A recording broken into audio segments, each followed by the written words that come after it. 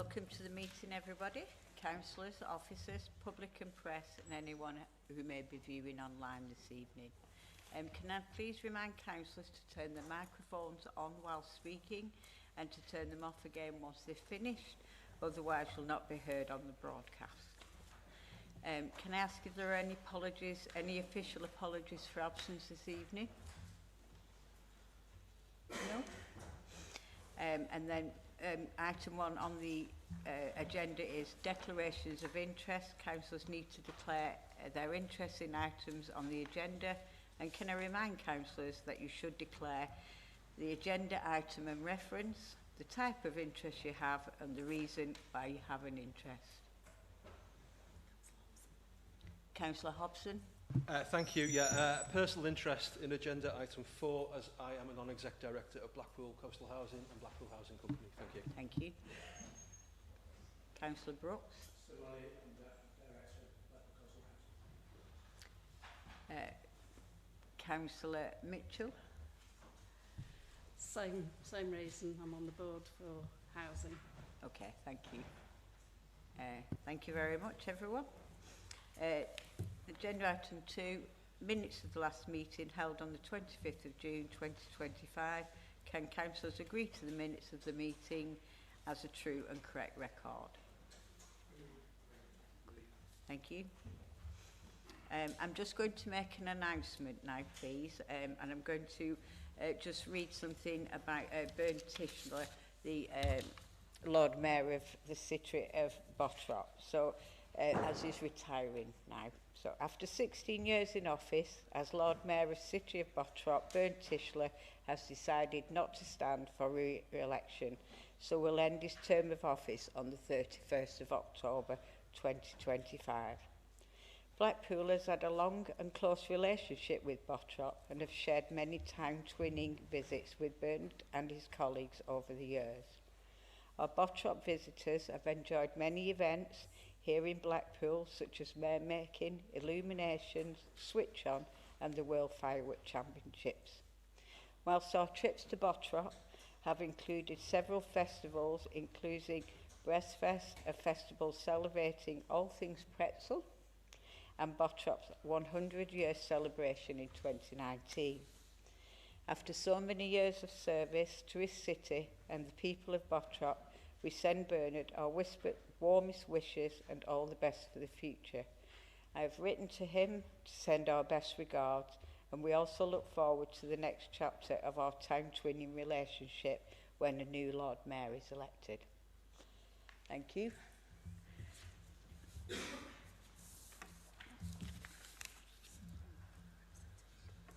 Now moving on to item 4, public representation. And the first one is Mr. William Banks. Will address the council. Mr. Banks, you'll have up to 5 minutes to speak and you'll receive a warning light at 4 minutes. Councillor Lynn Williams of the council and cabinet member for tourism, arts and culture will respond to Mr. Banks on behalf of the council.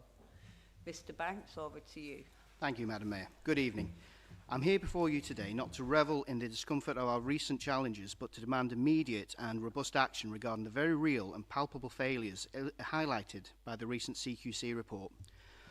This report, as we all know, paints a deeply worrying picture of our council's capability to protect its most vulnerable residents, revealing failings in a number of areas. It's a report that's not just raised eyebrows, but it's triggered a full referral to the watchdog, a clear indication of the severity of the authority's shortcomings. These are not bureaucratic oversights. These are failures that impact lives, compromise safety, and erode the trust our community places in Blackpool Council's authority. We cannot and must not allow these findings to be dismissed or diluted. They demand a comprehensive, transparent, and urgent response from every single member of this chamber. However, even as we grapple with the CQC's findings, I must draw attention to a critical area that astonishingly was missing from their report, an omission that I believe speaks volumes about where responsibilities are being blurred and frankly shirked. I refer, of course, to the Council's practice of discharging its homeless duties to its arm's length company, My Blackpool Home.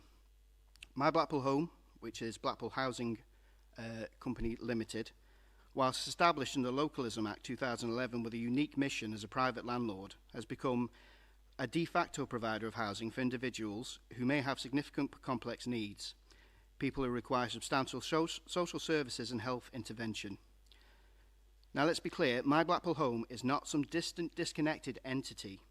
It shares board members, it shares resources, and it shares the very DNA of this council and the council's social housing provider. To suggest otherwise would be disingenuous. This inextricable link means that My Blackpool Home cannot simply left shoulder the issue and pretend its social responsibilities are somehow diminished because of its private landlord status. Our town's residents, our most vulnerable residents, are being housed there, and with that comes a non-negotiable social obligation.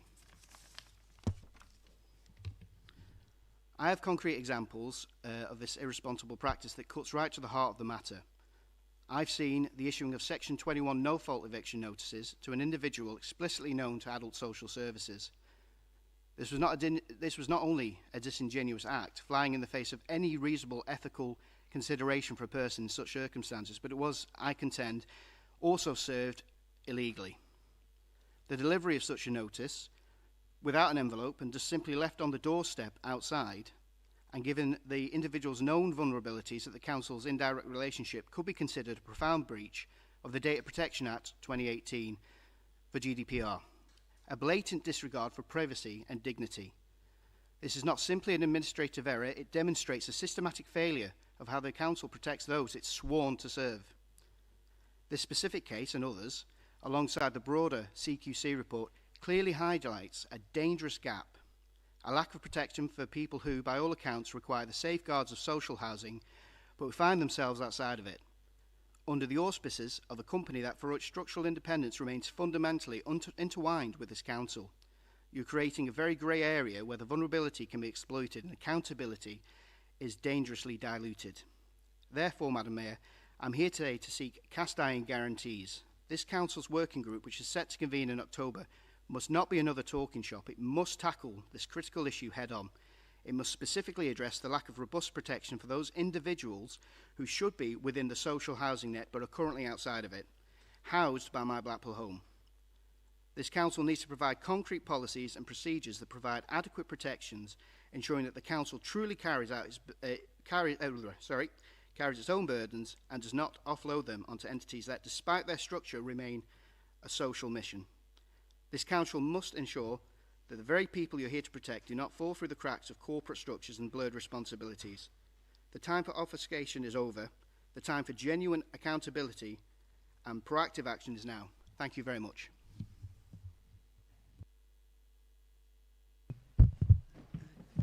Thank you, Madam Mayor.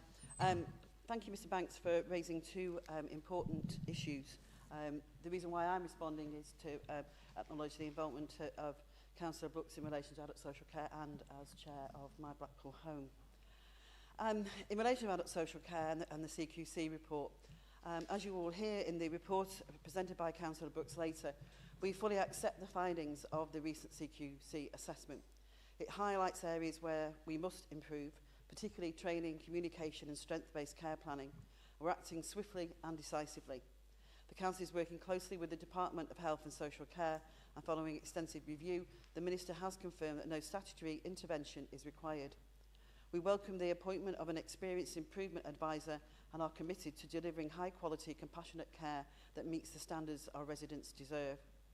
Inspectors found committed staff and good quality community services. Blackpool performs at or above the national average on 14 of 21 indicators, and no one was found to be at risk of harm. But we know we must do better for those not yet receiving strength-based support, and we will. I welcome the opportunity to talk about My Blackpool Home, a successful company that turns 10 this autumn, and of which I'm very proud. My Blackpool Home has made a major contribution to improving housing in Blackpool, especially in areas where private investment has failed. Over the past decade, it has refurbished nearly over 700 properties, transforming poor quality HMOs and derelict buildings into safe, decent homes. It has driven up standards, strengthened and improved areas. It has 80% tenancy sustainment. The sector is typically much lower, and high rent collection and recovery, whilst providing support and advice for its tenants where this is required. Again, something not normally provided in this sector. Where tenancies have ended, including through Section 21 notices, this has only ever been a last resort. While Section 21 is legally valid, it is used by My Blackpool Home only in fault-based cases, such as serious antisocial behaviour, violence, drug activity, and persistent non-payment of rent, where, despite significant efforts to engage and support, no resolution can be found. In most cases, tenants remain in their homes following intervention. We understand the concern these situations can cause.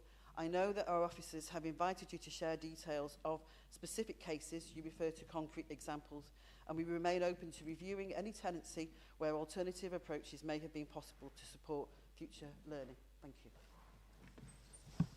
Thank you, Councillor Williams. And thank you, Mr Banks. Moving on to item 2, Mr Ian White, he would like to address the Council. Mr White, you'll have up to 5 minutes to speak and receive a warning after 4 minutes. Thank you.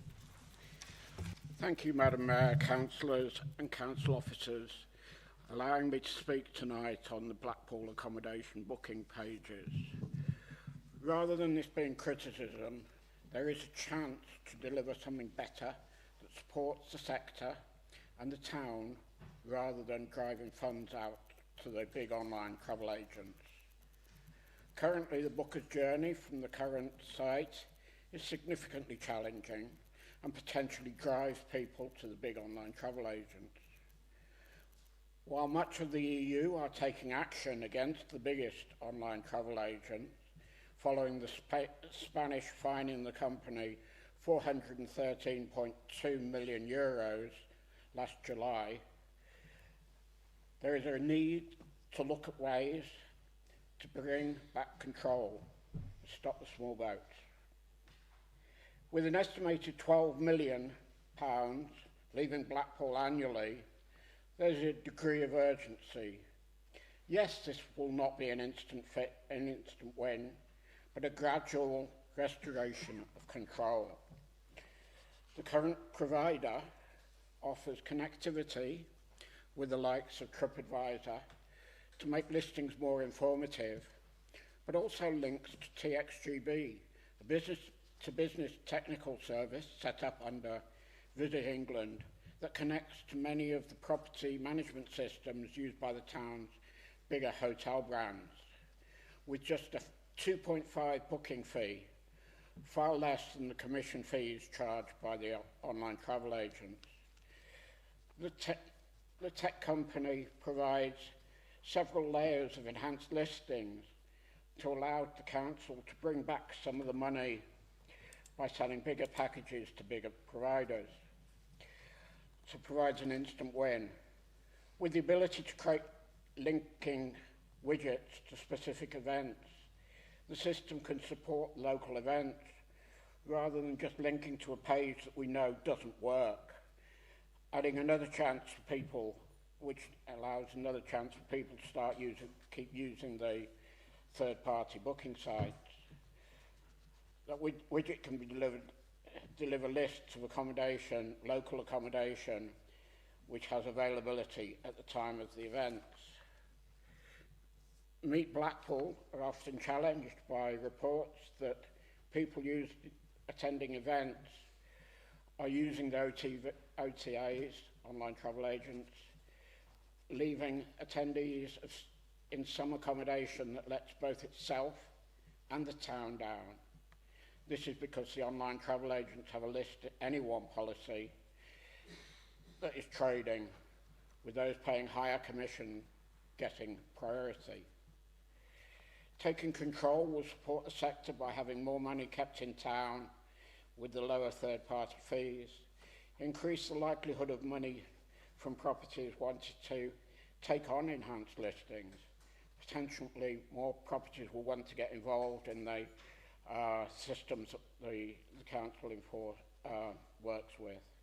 Understanding the way forward will also enable Stay Blackpool to set in place ways that allow us to integrate with the new systems, as well as potentially getting key players into our trade show on the 24th of March. Thank you very much. I'd also like to say a big thank you to some of the councillors who suffered me reporting problematic properties, including Councillor Jim Hobson, who is always ready to give a fast response and keeps me informed. Thank you very much. Thank you, Mr White. Councillor Williams. Thank you, Mayor. Thank you, Ian. We know the challenges posed by online travel agents are not new, and we completely understand your frustration. It's disheartening to see hard-earned Blackpool revenue lost to high commissions, especially when every penny counts, and we share your view, money made in Blackpool should stay in Blackpool. That said, and you'll know this, having met with Kate Shane of Blackpool Tourism Limited this week, we don't believe that the Visit Blackpool website is the solution. Whilst it attracts 1.6 million unique visitors last year, fewer than 2% viewed the accommodation page. The reality is that booking habits have changed. People no longer rely on tourist information sites to book holidays. This is a national trend, not unique to Blackpool. That is not to say that we don't think there are ways that we can address this, and we are actively working to support the accommodation sector. You'll be aware of Blackpool Tourism Limited, as I say, having met with Kate only this week, its managing director. She recently met with the Stay Blackpool board and is already engaging with accommodation providers through a dedicated working group.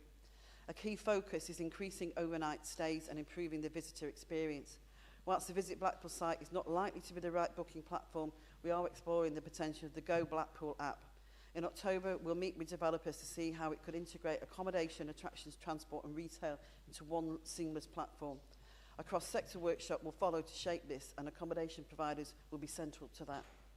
One early example of the success of this approach is the Wave Rider promotion, combining entry to the Sandcastle and Pleasure Beach.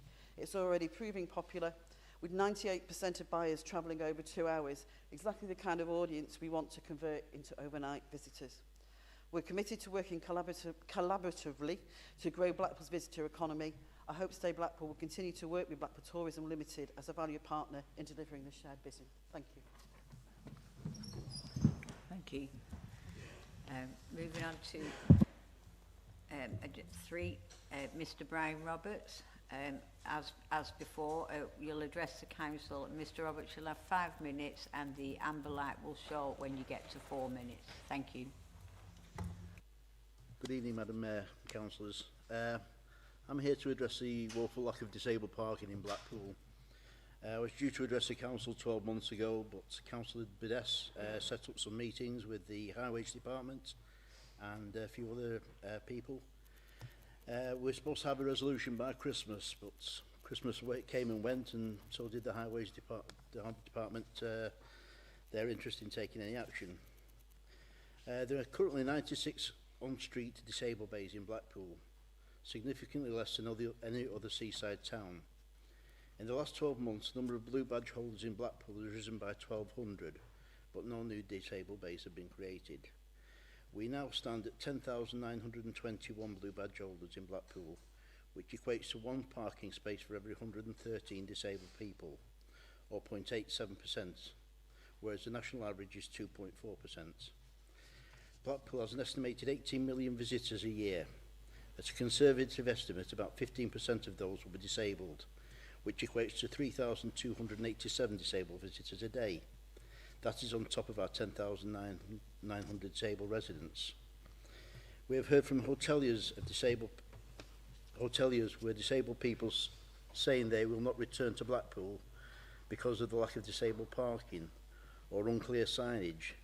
These visitors are our bread and butter. We need to look after them as well as our residents. There are also no on-street wheelchair accessible bays in Blackpool, the ones with the yellow hatch marks either side. This is the Department of Transport guidelines on mobility.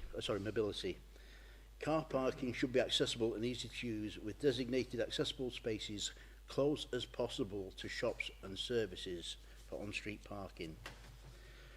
All but 11 of Blackpool's on-street disabled bays disappear after 6 p.m. and become either general parking or taxi ranks, something that is unique to Blackpool. I believe this contravenes Section 2, 15 and 19 of the Equalities Act, which basically says any unfavourable decisions for a protected disability, where you're promoting, forget that. Anyway, Bournemouth has 302 bays. Every one of them remain disabled bays for 24 hours. Eastbourne 198 on-street disabled bays. And Brighton, which admittedly is double the size of Blackpool, has 1,951 disabled bays. Even if you double Blackpool's size and accordingly double its number of bays, that's still only 192 bays, less than 10% of that of Brighton.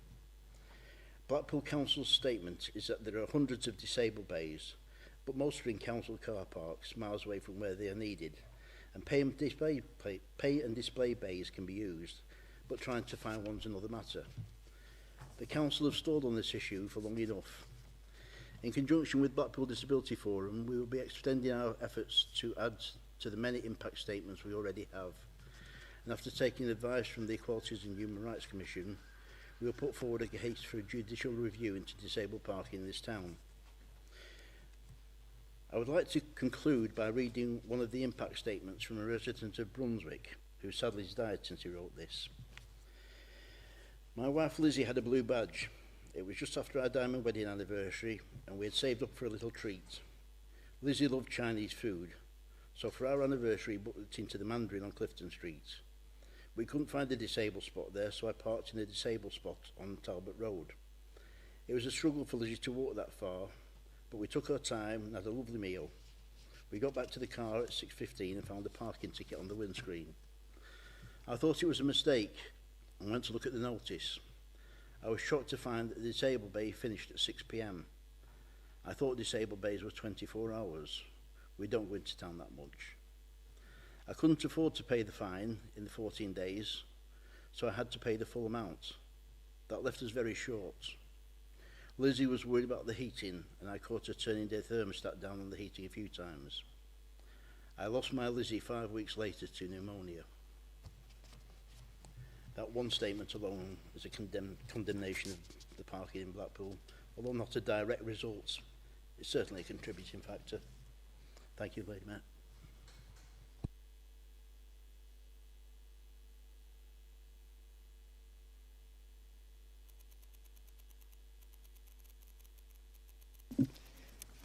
Thank you, Lady Mayor. I think, first of all, it's right to say that this is a very important issue that goes right to the heart of accessibility, fairness and the ability of disabled people to take part fully in the life of our town. I want to recognise the concerns expressed by Brian Roberts, who has raised this matter directly with us, and also to acknowledge the feedback from members of the Disability Forum. Their lived experiences highlight the challenges disabled drivers and passengers can face when visiting or moving around Blackpool.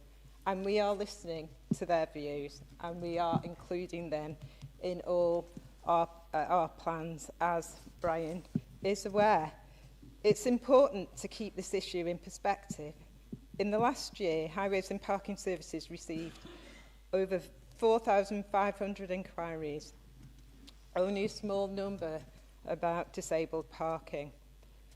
We will be commissioning a review into disabled parking provision as a result of the issues and raised and how current options can be improved. At present, there is no statutory duty on local authorities to provide disabled bays on the public highway. They can only be introduced and enforced following a legal process. Despite this, Blackpool Council has made a clear commitment to providing accessible parking. Across our car parks, there are 253 designated disabled bays across 21 sites. On street, there are 87 designated disabled bays and 3,444 general on-street bays that blue badge holders can use. This means there are more than 3,700 spaces available to disabled drivers and passengers across the town. Blue badge holders can also park on single and double yellow lines where it's safe to do so and where there are no loading restrictions. While there is no legal requirement to provide this level of provision, Blackpool already goes further, offering a wide range of options. A point has been raised that when several standard bays are marked in a line along a street, blue badge holders cannot open their doors and therefore cannot use them. That is not generally the case. Many of our on-street disabled bays are the same dimensions as standard bays. This reflects national practice, and in Blackpool, these bays are well used and valued. Where an individual needs more room, there is choice and flexibility. 253 designated bays in our car parks, 87 dedicated on-street disabled bays, and the yellow line concession. Our review will also look into the concerns raised about the bays in town centre reverting to taxi ranks in the evening. This has been the case for many years to reflect the changing demands on curb space, and we are happy to look at these arrangements to make sure they work for all visitors to the town centre and reflect the changes of the demographics of visitors to our town. The review is not being carried out in isolation. We will listen carefully to the views of residents such as Brian Roberts, elected members and the Disability Forum, and any proposed changes will be subject to consultation. Our aim is simple: to ensure that disabled drivers and passengers can access shops, services and attractions across Blackpool confidently and conveniently. I hasten to add that it is very difficult to make like-for-like comparisons across different local authorities because our demographics and our infrastructure vary so much. But we take on board all of Mr. Roberts' views and will continue to work closely with him in the future to make sure that we get closer to a mutually satisfactory solution for all motorists in our town. Thank you. Thank you, Councillor Burdess. I'd just like to thank Mr. Banks, Mr. White and Mr. Roberts for being here this evening, and if you can either stay for the rest of the meeting or if you wish to leave, that's fine. Thank you. Moving on now to item 5, executive reports 13 to 54. I'd just like to remind members that after each executive member has presented their report, questions will be called on each theme. The executive member will answer a question after it has been raised, and if the members have a question on the same subject, these can be grouped together and a response given. Thank you. The Leader of the Council and Cabinet Member of Tourism, Arts and Culture, Councillor Lynn Williams, to present her report. Thank you, Mayor. Yeah, happy to present my report and take any questions.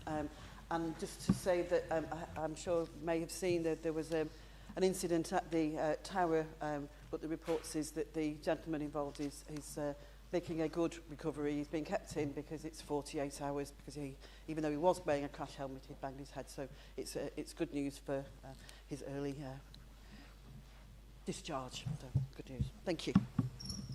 Councillor Williamson. Any questions on the theme 1, government spending review and finance reform? Councillor Galley. Thank you, Madam Mayor. Leader, I want to congratulate you on one of your reports. The fair funding review and financial reform. I think we would all welcome a multi-spending year settlement, something that we've longed for, apart from in my 14 years as a councillor, I think it's only happened once. But the benefit it gave us was stability. I liked your report in this area because it was open and honest and transparent. It talked about the 4.5% increase. It recognised that that's not actually going to be what we expected or what we wanted. I actually would add something else. I don't think it's going to be enough. Fair funding, Madam Mayor, was always going to be our answer to our poor financial standing as a council. The fact that our reserves are so low, our fixed working balance, sorry, our fixed reserves, for example, are the lowest I've ever seen as a councillor. And our working balances, whilst repopulated to 7 to 8 million, were down at 1.76,000. Fair funding was always the answer. Unfortunately, 4.5% will never do it. It's going to be closer to 8%. What's required and what's missing as well from this report, Madam Mayor, is that there are no quarterly reports on our current financial performance. So, for example, we do not know what children's are doing. We went into this budget, for example, with only 340,000 in fixed reserves on children's. Adults, 3.5 million. We know with what's happened with the CQC report, we're now going to have to spend more money.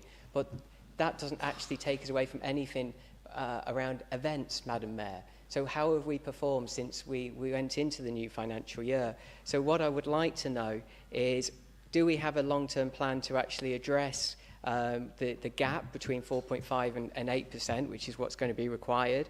And how are we performing against target with what we set out in the budget, Madam Mayor? Councillor Williams. I mean, obviously we don't know the outcome of the fair funding review. That consultation has ended. I think it's an incredibly complex set of situations in terms of the fair funding review. We've also got the revaluation aspects and then the reset around business rates. So it is an incredibly complex and difficult time, and probably won't happen again, because obviously these revaluations haven't happened now. I think it'll be 13 years by the time they're implemented next year. So we will await that. We have made our position clear in terms of submissions with regards to the fair funding review and council tax equalisation, that Blackpool needs more. We need that support. We need, and we're that commitment from government to, let alone because of the previous 14 years, because of austerity and the impact of that. In terms of how managing, we are over budget in terms of adults and children, but a lot of work is going into that to ensure that it is likely to will be over budget by the end of the year. But as I say, an awful lot of work is going in to prevent that. We need that fair funding review. We need that reassessment and review and changes to social care, adults and children's. So we continue to do that work. The officers continue to review all of those aspects. The medium-term financial review is incredibly important, as well as that long-term plan that you talk about. But I think we have to await the outcome of that fair funding review with all those complexities. As I say, we have made our position clear. Also through SIGOMA, the Special Interest Group of Municipal Authorities is primarily made up of authorities that have areas of high deprivation and require that funding. And our position has been made clear to government that we absolutely support that, and that has to be delivered for places like Blackpool. Councillor Williams. Any more questions on government spending review? Any questions on tourism?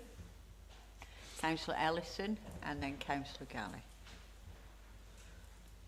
Thank you, Madam Mayor.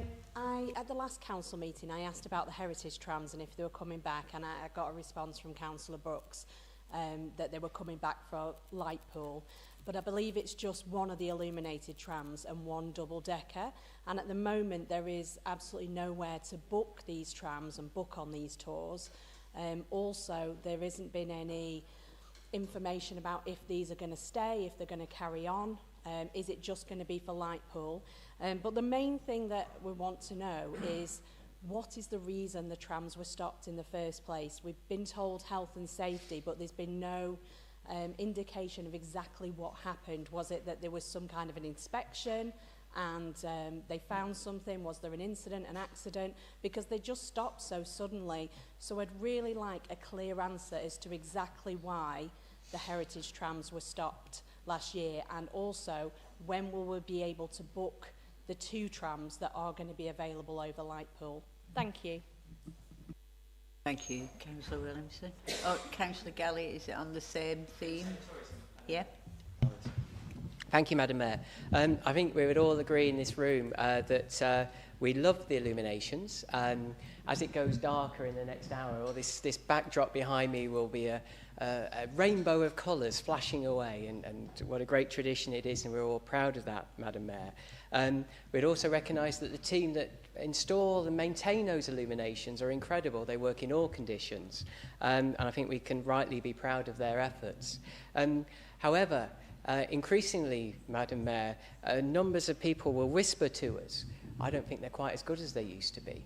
But who's brave enough to say, actually, are they as good as they used to be? And I think it's time that we started to have an honest conversation, Madam Mayor. The question I would like to know is what market research has been carried out as to regards what the actual people who come to look at the illuminations want. I doubt there's been any. Instead, Madam Mayor, we seem to have become largely a vanity project for a TV personality who parades around telling us how great it is that it's now an art festival. Well, who knew it was an art festival? Who in Scrutiny, who in our chambers ever had this discussion that we wanted the illuminations to be an art festival? Actually, what it was always about was Blackpool Illuminations was fun, Madam Mayor. It was always about moving parts, animatronics.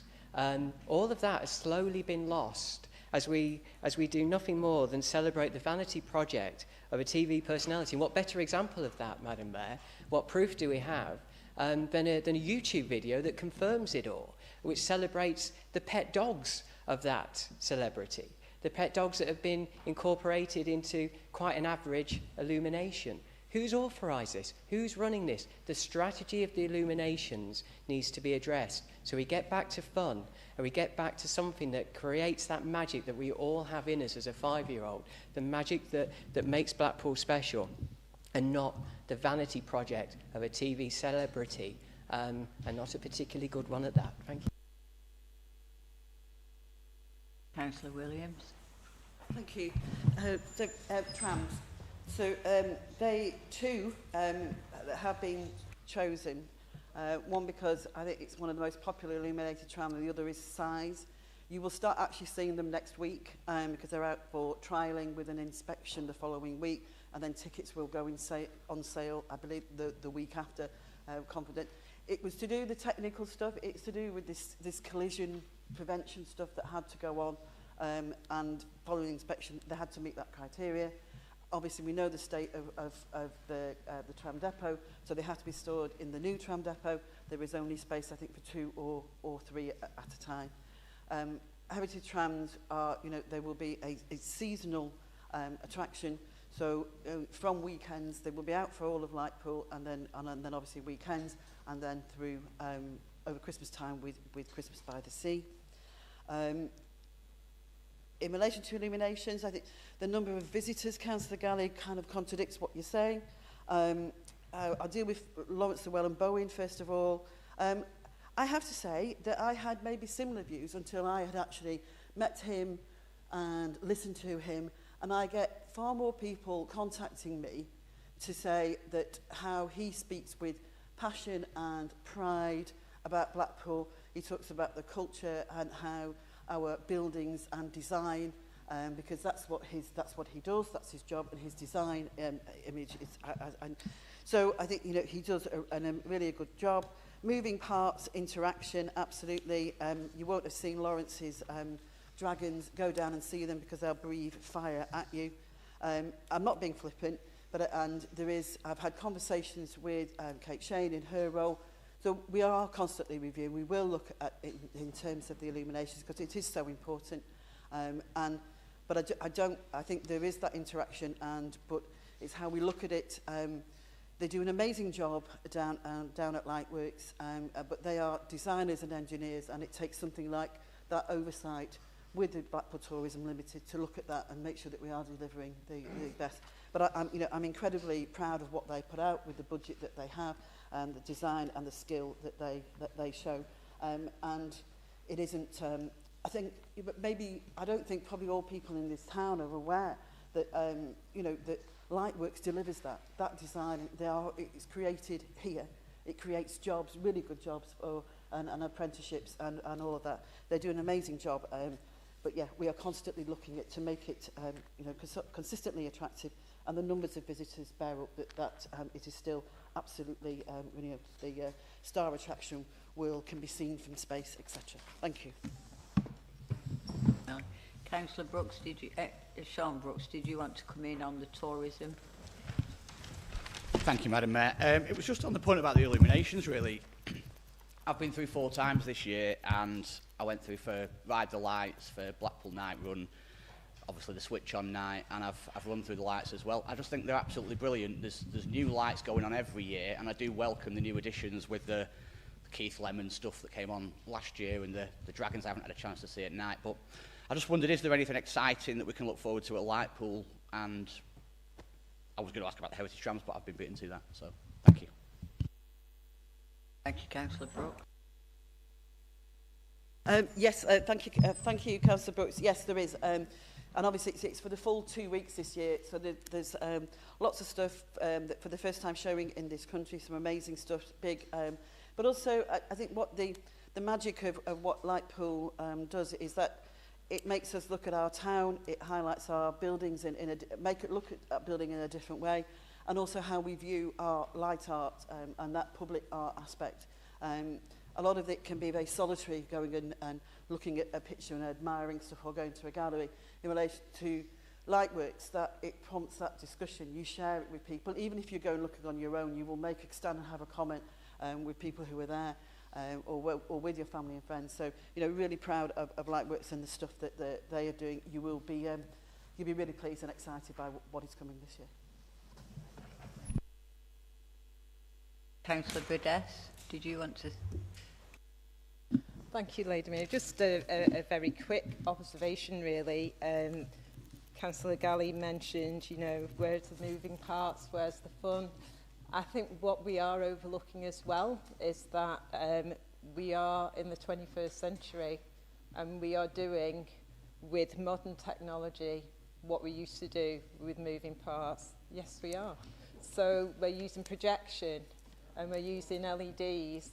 So we have bought the illuminations and are continuing to bring the illuminations to a modern audience. And I think we can't forget that we are innovating in that way, and that actually they're appreciated around the globe, because Lightworks are, you know, the work that they do is purchased in other countries, so, and by professional artists. So actually there are a lot of people who would disagree with you, so that's what I would like to you know, hammer that point home as well. Thank you, Councillor Burdett. Any other questions on tourism, or shall we move on to local government reorganisation and questions? Councillor Scott and then Councillor Sloman. Thank you, Madam Mayor. I'd like to just repeat the final sentence from the report, which says, our focus is on developing and submitting an option that makes most sense and offers the most potential benefits to local people.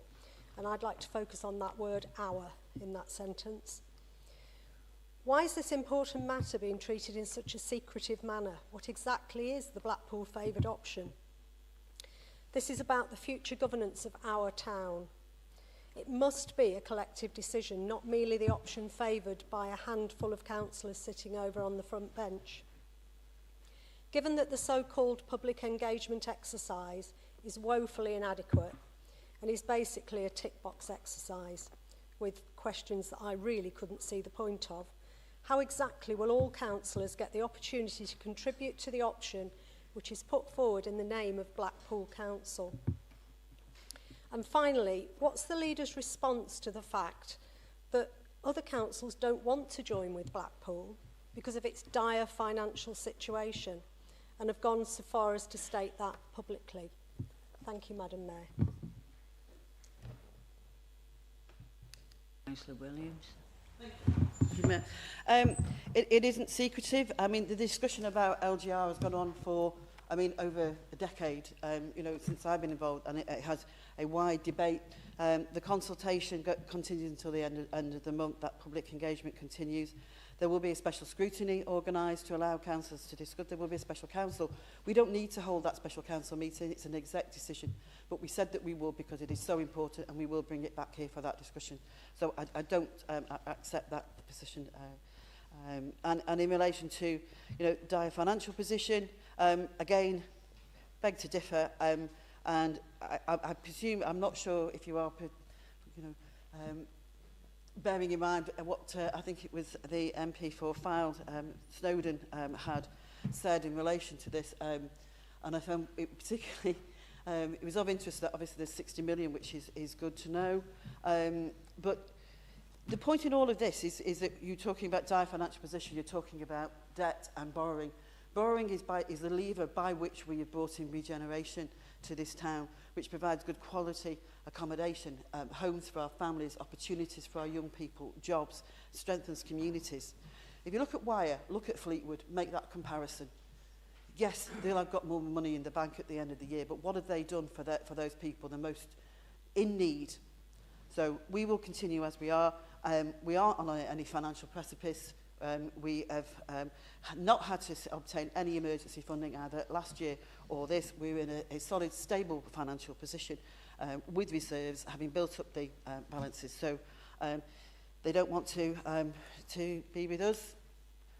That will be a decision ultimately that we will put forward a proposal following consultation, following the end of discussions here, and ultimately it is a decision by government on the submissions made. Thank you. Councillor Williamson, Councillor Sloman and then Councillor Walsh. Thank you, Mayor. I wasn't going to speak, but I've just got to say something. This lady dinosaur goes back to the 1st of April 1998 when we took the bold and brave decision to become a unitary status authority, stepping away from Lancashire, and I thought that was absolutely brilliant. It fills me with absolute horror that central government are imposing this idea that all the people in the northwest are a homogenous group with everything in common and should be lumped together with everything going in one pot. I remember my money going down the road to Skelmersdale, to Ormskirk, to fund all sorts of vanity projects that went down there. I find myself in a peculiar position as well, not commenting on Andrew Snowden, not commenting on anything else, but I think Wyre and I think St Anne's and Lytham wanting not to get lumped in with us. Frankly, I think they've got a bit of a cheek. They only need to walk up the stairs in this town hall and look around all the stuff that we've got in here. And it is because of the people in Blackpool, because of the entrepreneurs that came to this town, that built the prosperity, that filtered out to Wyre, that filtered out to Fleetwood and filtered out to St Anne's, that they're now in this luxurious position where they want to poo-hoo us. Well, frankly, I'm disgusted. And if we had the option to stay as one, I would vote for that all day long.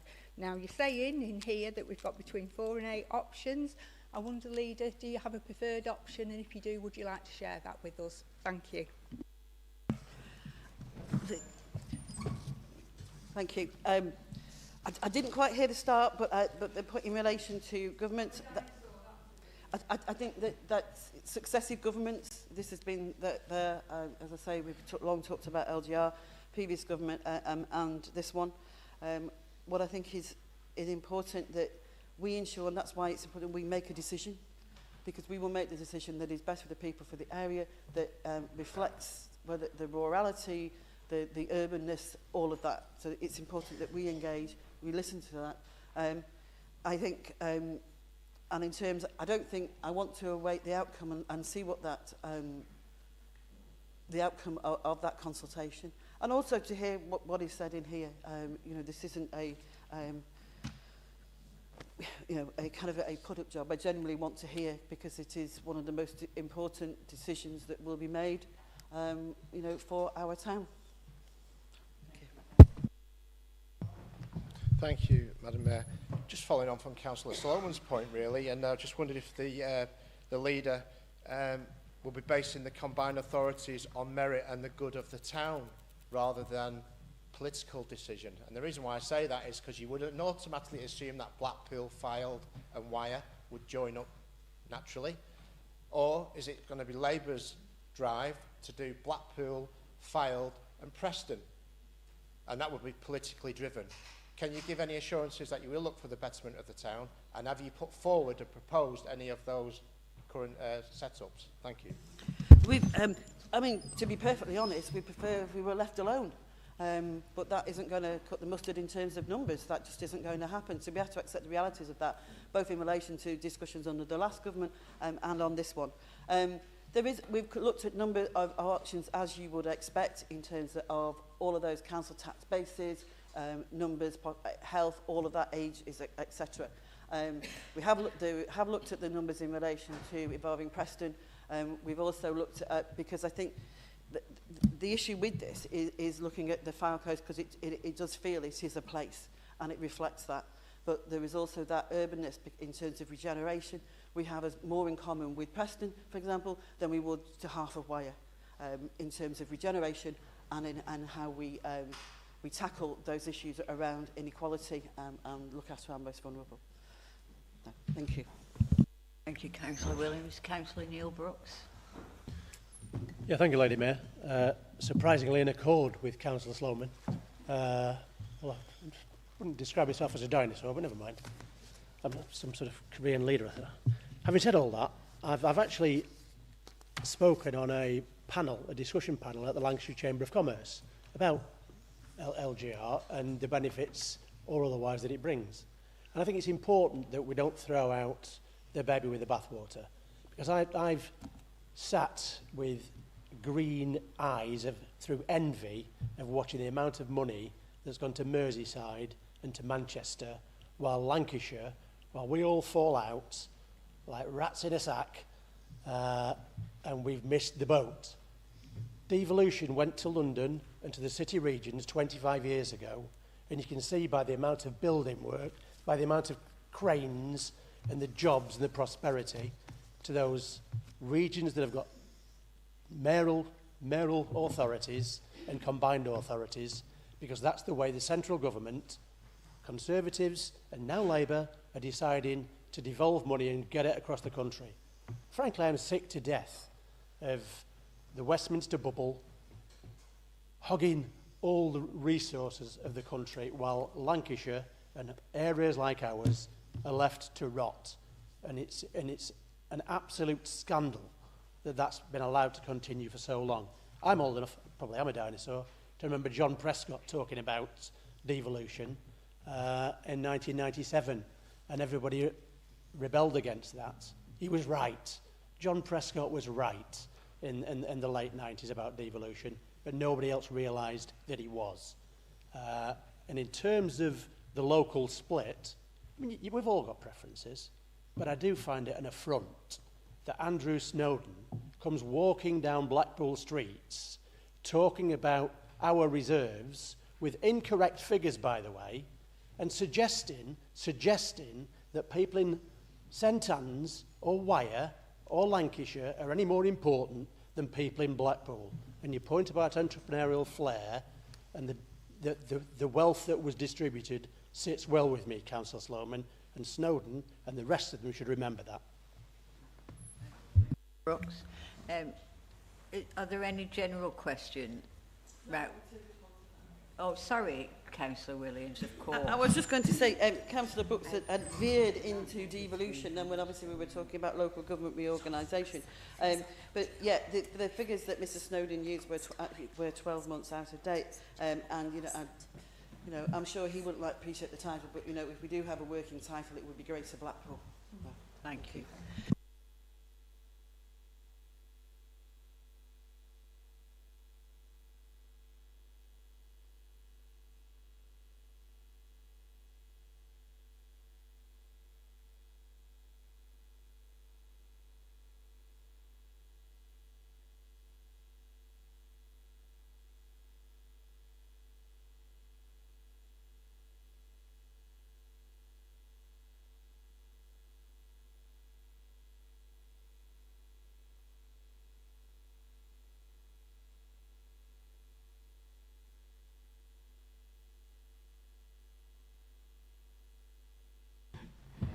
Thank you, Madam Mayor. I don't know if you were looking at me as you were keen to move us on there. I was, don't know if it's anything.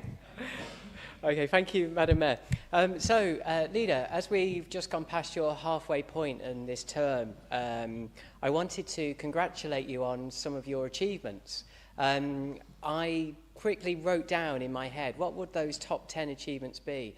And sadly, they were far too easy to write, and sadly, because there were even more that I left out, and I only have 3 minutes.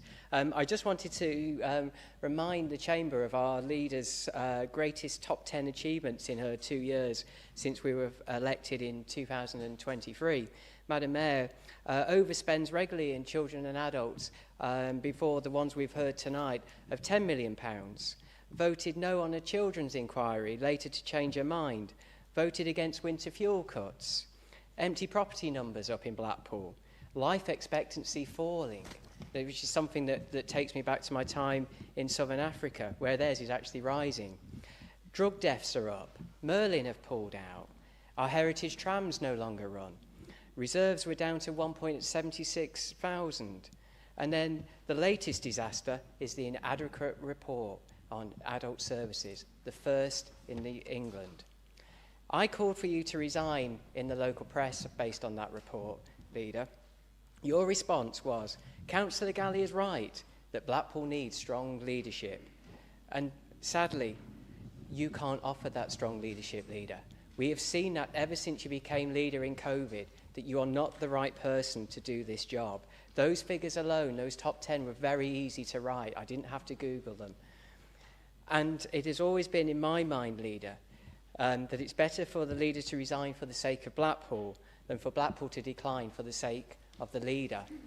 And I call on you now to do the right thing, resign, and let Councillor Brooks take over before there is nothing left of Blackpool to save. Councillor Brooks, whilst we may disagree politically, you have an ability that we all trust. I have predicted time and time again, Madam Mayor, what our financial position looks like. I've highlighted in the first part of the report what's likely to happen in the remaining years that we have. Nobody wants us, Madam Mayor, and whilst we may call them names and insult them for not wanting us, they don't want us for a reason, because we're a bottomless pit. We need leadership, and it's time for the leader to resign and hand that over to somebody who's got some ability, and that, whilst it will never be a Conservative in the time that we have, because we won't have an electoral cycle, it may well be, and it needs to be, Councillor Neil Brooks. Councillor Brooks. Can I just say, as far as I'm concerned, Lady Mayor, there is no vacancy for the leader of the council, and I have no interest in fulfilling that proposition. But thank you. Thank you for your support. Councillor Mitchell and then Councillor Walsh. Thank you, Madam Mayor. Somebody else?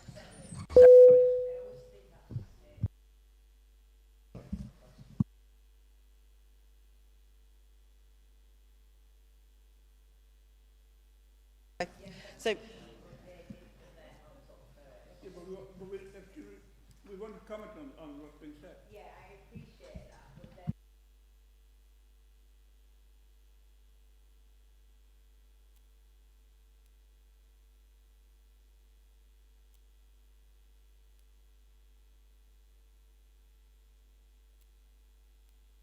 take questions together if it's on the same subject. Right, but if they're asking about anything else, it's better for her to respond now before the others. Right, but they put their hands up before this side did. Absolutely. Yeah, you're right. If it's on that subject. Right, so Councillor Williams, would you like to respond to Councillor Brooks? And then we'll take other questions. Okay, thank you. So, on point of order. Oh, dear. Spell it out for me. Those of us who wish to comment in this debate around what has been said about Lynn Williams will have the opportunity to do so.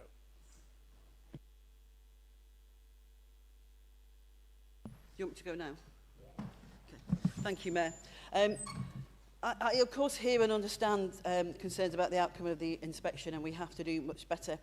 I respect the scrutiny that comes with public office, and maybe if I was in your position, I would be saying similar things. But I hope that I would do so in a more measured and less personal way. I remain committed to delivering real improvements for adult social care and our town as a whole.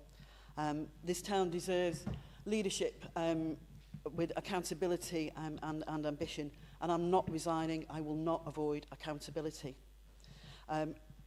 Resignation is not a plan, Councillor Galley. We have a plan and we will deliver on it, and I will lead on that plan, and we will be measured by results, not theatrics and political grandstanding. And time again we come here to this chamber when you continually talk negative and talk down our town because of your lack of ambition for our town. The amount of regeneration, and in your previous role you but you seem to have assumed this new mantle of complete and total negativity towards our town as leader. And I would say to you, you don't have to. You can work with us and liaise and have a more positive impact and have a more positive impact on our town than you do in this current persona. Thank you. Thank you, Councillor Williams. Councillor Walsh. Thank you, Madam Mayor. I was going to mention this in the tourism part, but I thought because it wasn't mentioned in tourism, I'll wait until the additional questions, and then I was panicking, thinking I'm not going to be able to say my piece. When you talk about negativity, Councillor Williams, I'd like to talk about the Hounds Hill Phase 2. At a cost of £21 million, the Backlot Cinema was promoted as a place where people could come together and make use of flexible space for education, leisure, shopping, entertainment, and so much more. The scheme was to deliver 100 jobs with 1.2 million extra shoppers and visitors to the Hounds Hill Shopping Centre. Indeed, Councillor Williams said, the Hounds Hill Phase 2 extension will deliver a new range of high-quality entertainment, retail, sensible choices that meets the needs of the modern family. Well, after a very public opening by Councillors Williams and Councillor Smith and a couple of high-profile council officers, 14 months later, we are looking for another operator. Oh, we've found one. Tiles were falling off the building. Wilco's was no more. 2 screens within a 9-screen cinema have not even been completed and fitted out. And to top it all, the diner has closed. I have to say that walking here tonight, I can confirm that after 6 months, it looks like the tiles have actually been finally placed. And just as a side note, I've had some returning customers who thought it was part of the aesthetics of the building. Now, given that the Backlot Cinema was part funded by the government COVID-19 building fund of £5 million, and Blackpool Council funded the remaining cost through the prudential borrowing, can the leader inform members of the chamber what is the current balance of this prudential borrowing? When does she envisage the rest of the refit will take place? And in order to provide consumer confidence within the town, why was the introduction of the new operator, ARC, a low-key and almost non-existent event? One could be forgiven for thinking that Blackpool Labour have no confidence in their own regeneration plans. Thank you, Mayor. In relation to the figure, I have to get that clarified. If I find it, I will get it to you before the end of the meeting. Please don't be concerned, we are very confident in terms of all.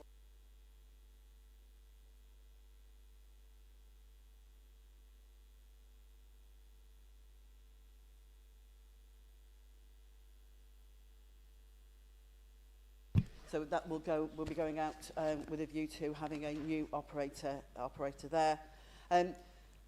In general terms, Councillor Walsh, you know, regeneration and none of this is easy. And, you know, again, it's this negativity. We have got a world-class cinema. We have that in our town centre for our residents and for our visitors, and it's part of that. While diversifying the needs and the what is available on the high street. So, yeah, we have confidence in our own regeneration. You know, if you go anywhere else, go and look at other shopping centres just across the northwest, even further to Wolverhampton. You will see the impact with the places that haven't had the regeneration, confidence and ambition and the guts to deliver that regeneration has had. So, so thank you. Thank you, Leader. Councillor Mitchell. Thank you, Madam Mayor. Just to be positive for a moment, I know that Labour are talking about encouraging new businesses and ideas to Blackpool, which is exactly what is needed to keep visitors wanting to come to the area. However, my concern is the struggles that new and old businesses face with planning, which put them off. There is a new street food project by the Pleasure Beach, which has taken years to get the agreement it needs. I have at least 2 other successful businesses in my ward that are probably going to be forced to close down because agreements and compromises can't actually be reached. I understand that we can't allow unplanned projects and give everyone free rein to just do as they please, but we don't seem to want to work together enough. I'm aware that national projects that looked at Blackpool as a possible new venue have decided against it due to how difficult planning is. We need to be more welcoming, find solutions, not problems, and focus on the dilapidated eyesores that need cleaning up, not arguing with successful businesses. Thank you. Councillor Williams. Yeah. It's not mutually exclusive dealing with those problematic ugly properties. That is absolutely having a massive focus and an awful lot of work going into it. You'll appreciate I can only talk in general terms. You have to remember that the local plan that was voted through and agreed, we signed up for that. We, as a council, that's our local plan. And I suspect what you're talking about is one of the properties on the promenade. And it is, I don't really like the opening the floodgates argument, but in this instance, it is absolutely relevant. Planners cannot pick and choose. They cannot say that is a really good quality development that has been built contrary to, and doesn't have planning permission. So we'll allow that.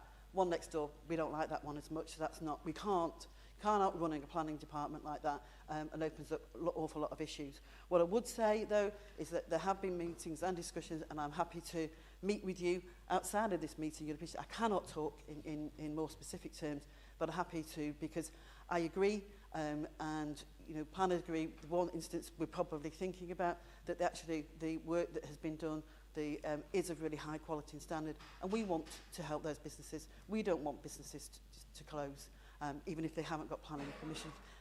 So we are working, and we will try, and I'll have the discussion with you away from here. We've got three more now, and that's Councillor Taylor, Councillor Benson, and then Councillor O'Neill, and then Councillor Scott, and then that's... Oh my goodness. I think we need to control it. Yeah, I agree. Madam Mayor, I just wanted to, I wasn't going to speak in this debate, but I just wanted to say a few words in connection with what Councillor Galley was saying about our leader, Councillor Williams. I've known all the leaders in this council going back to the 1950s of both parties, and of course including the 10 years that I did it. So I know what is good and what's bad. And since Lynn Williams took over, she is, in my opinion, one of the best leaders this council has ever had. She is extreme. I've been surprised at what she is able to do in terms of energy and what she gets through, the people she meets. And this isn't just my opinion.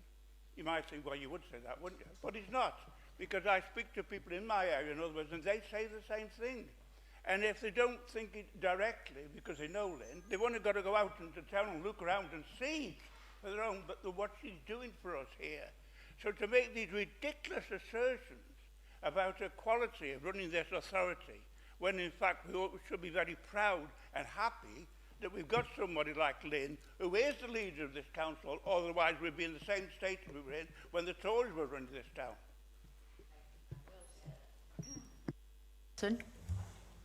Thank you, Madam Mayor. I don't really want to add any more, but it was relating to the CQC inspection and Councillor Galley's comment. I think we can all agree that the inadequate judgment, but what matters is that response. The leadership of this council has shown how those failings will be addressed. The leader and cabinet member for adult social care has acted openly, decisively, and as we can see, a clear, robust plan.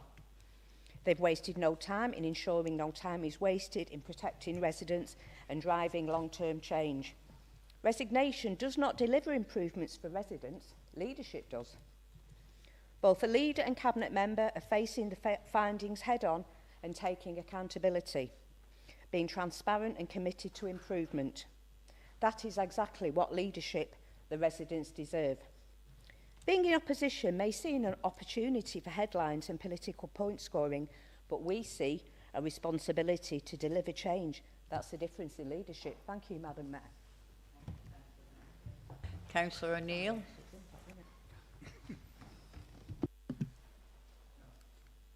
Thank you, Madam Mayor. I did want to ask about one of your comments with regards to flags and intimidation, but I no longer want to ask that question. What I just want to point out is that those people over there voted Councillor Williams as their leader. She'll stay the leader whilst she retains the confidence of those people. Leadership is not about scoring silly little points and making them personal, but it's looking at yourself as well to see where you're failing in yourself. Now, I noticed the calls for resignation didn't come to anybody on your side who are in the very same committee. So if you want to call for resignations there, look at your own committees.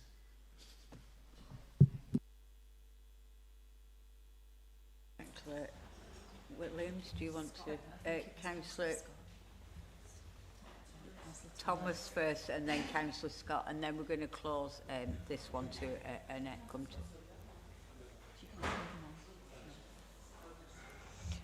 Councillor Thomas. Thank you, Madam Mayor. I wanted to provide Councillor Galley with an alternative top 10.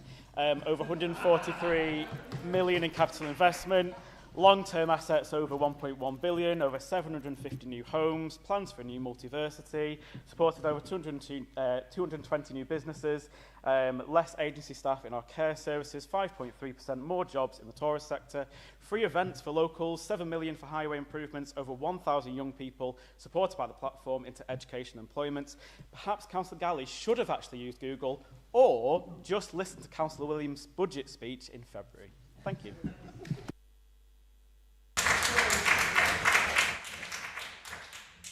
Councillor Scott. Thank you, Madam Mayor. I'm skipping back a bit, I'm afraid. My question got kind of pushed back. So I'm following on from Councillor Walsh's comments about the Hounds Hill, and he dealt with the leisure part of that facility. I'm going to talk about the retail part of that facility. So there are currently 9 empty units and 2 more businesses very obviously closing down. Hearsay is that one of those businesses is closing due to affordable rent increases. So is it the case that rents are increasing? And if so, does the leader consider that it's preferable for the council to continue to receive a lower rate of rental income to retain a business and attract other businesses, rather than see another empty shop unit generating no income and adding to the very rapid decline of the main shopping area of this town? Thank you. Councillor Williams. Thank you. We do already do that. There are different ways of calculating, and we work with our tenants. There is actually a queue. There is a list of people wanting to take up units in the Hounds Hill, which our consultant who knows about these things and manages lots of other shopping centres said that Hounds Hill is one of the best performing across the country. And I think you only need to go and look at some others, to see that. It is always, really difficult and sad, and that when businesses close down. But, we do our best to support those businesses, and a lot of those are chains that we cannot have no control over. It is a bit of like that, what do you call that door? The revolving door. But yeah, and, for us to have achieved Fraser's and Flannels, and Sports Direct in there, that anchor store is doing incredibly well. And if we hadn't worked really hard, shown that we can deliver and support, we wouldn't have had that anchor store, and we would have had an awful lot more empty properties, empty shops in the Hounds Hill. Thank you. Councillor Williams. Councillor Smith, I did see your hand rise, but I feel we've spent been on #1 portfolio for quite a while now. Did you want to say something quick, or is it a lengthy, Thank you so much, Councillor Smith, appreciate that. We're going to move on now, guys, because it has been quite long. We're only on #2, the Deputy Leader of People, Cabinet Member for Adult Services, Councillor Neil Brooks, to present his report. Yeah, thank you, Madam Mayor. I don't intend to go through the report at great detail, but I think it's worth noting that, yes, we meet full on the inadequate rating that we got from the CQC. The inspectors visited in March 25 to assess the processes that we've got in place to support adults requiring social care. And they took judgments and came up with an inadequate rating. We take that incredibly seriously.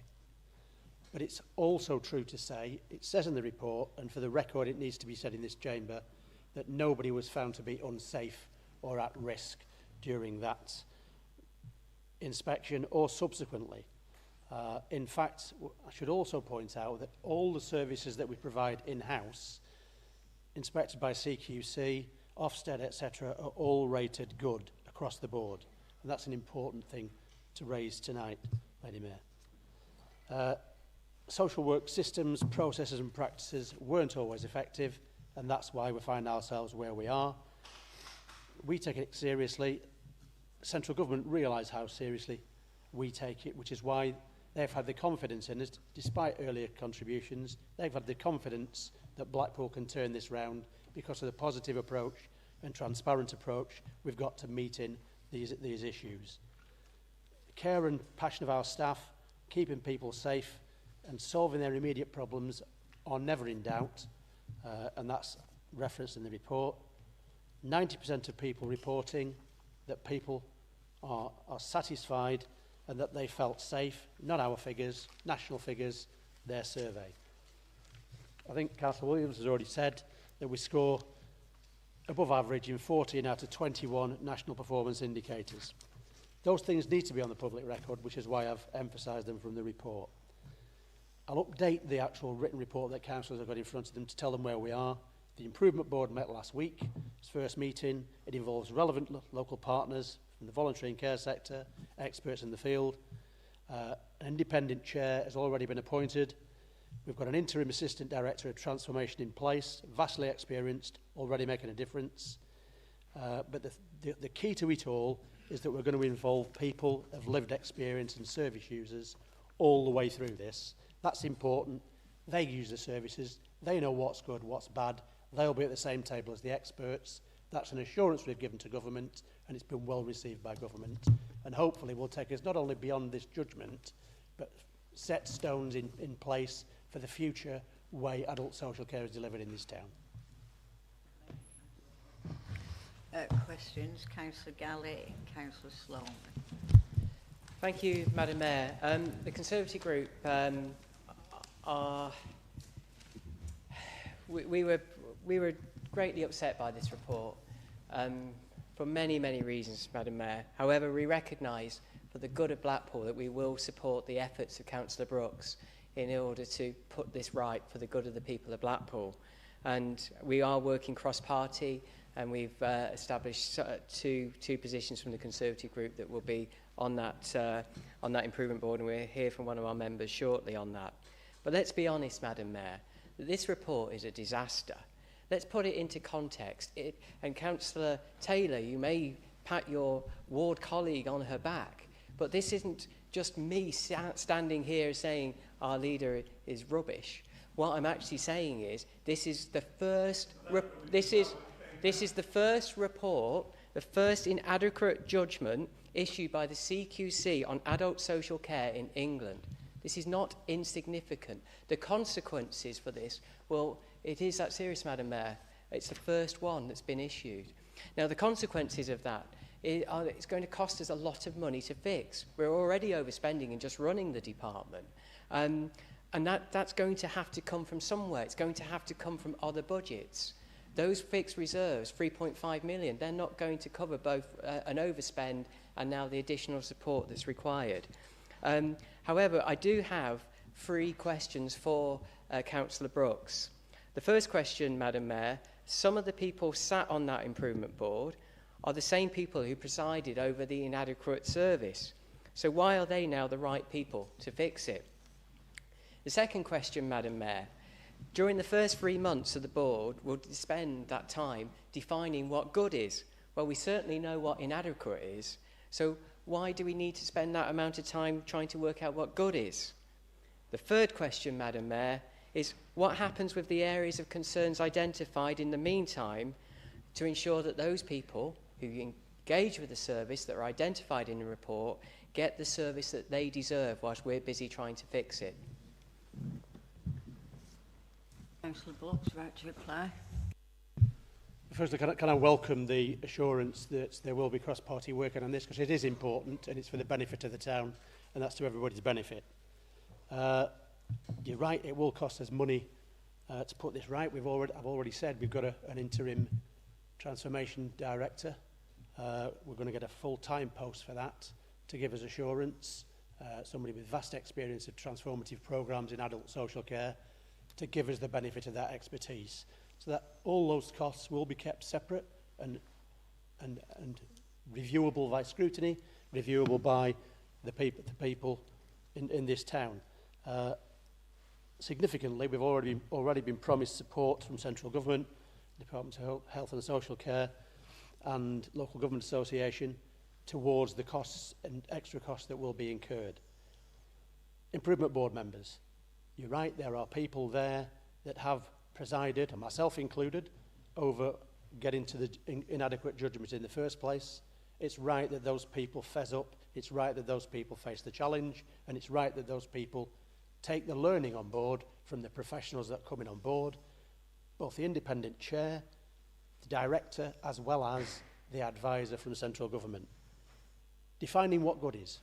We do need to define what good is, because we can't fix something unless we know what we're actually trying to get to. And there are numerous examples of good. Some people will say it's good that we offer a package of care to somebody leaving hospital of 2 or 3 hours a day, in the morning, in the afternoon, or we'll make them a sandwich at lunchtime. What good really is, in my opinion, is making that person able to live in their own home with comfortable surroundings, with people they know and love, and be a valuable member of this community and not dependent on our services. That's part of the strengths-based assessment that we're trying to bring about. Bluntly, we've taken the soft option too often in the past and said, we'll put our arms around you and protect you. And we've not looked holistically at the family support and the community support for the benefit of that individual. The third question,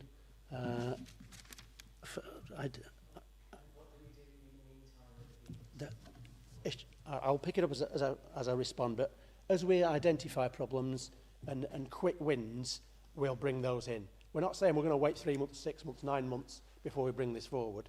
Already there are ways of contacting adult social care which are being improved, and they'll be brought in as soon as possible to address one of the things found in the report. Councillor Sloman. Thank you, Mayor. I'm going to start off by saying I think Councillor Galley's probably been rifling through my handbag because a lot of things I was going to say he's already preempted me on. What I do want to say, very much so, is that elected members of this council have got a duty and a right to attend committee meetings, to take their place when they are offered and given the privilege of going onto committees and going onto boards. You've got to do that. You've got to be there to represent your residents, and you have a voice. We always refer to Blackpool, or a lot of people refer to Blackpool as being a Labour council. Well, in fact, we're a Labour-led council, which gives rise to a belief in some minds that other parties don't have a crucial part to play in the development, delivery and scrutiny of services for our residents. And I'm personally very proud to have been invited to sit on the Adult Social Care Improvement Board and welcome the recognition you afforded us, Councillor Brooks, as Conservative members of having something valuable to bring to the table. But there are 2 questions I have for you at this point.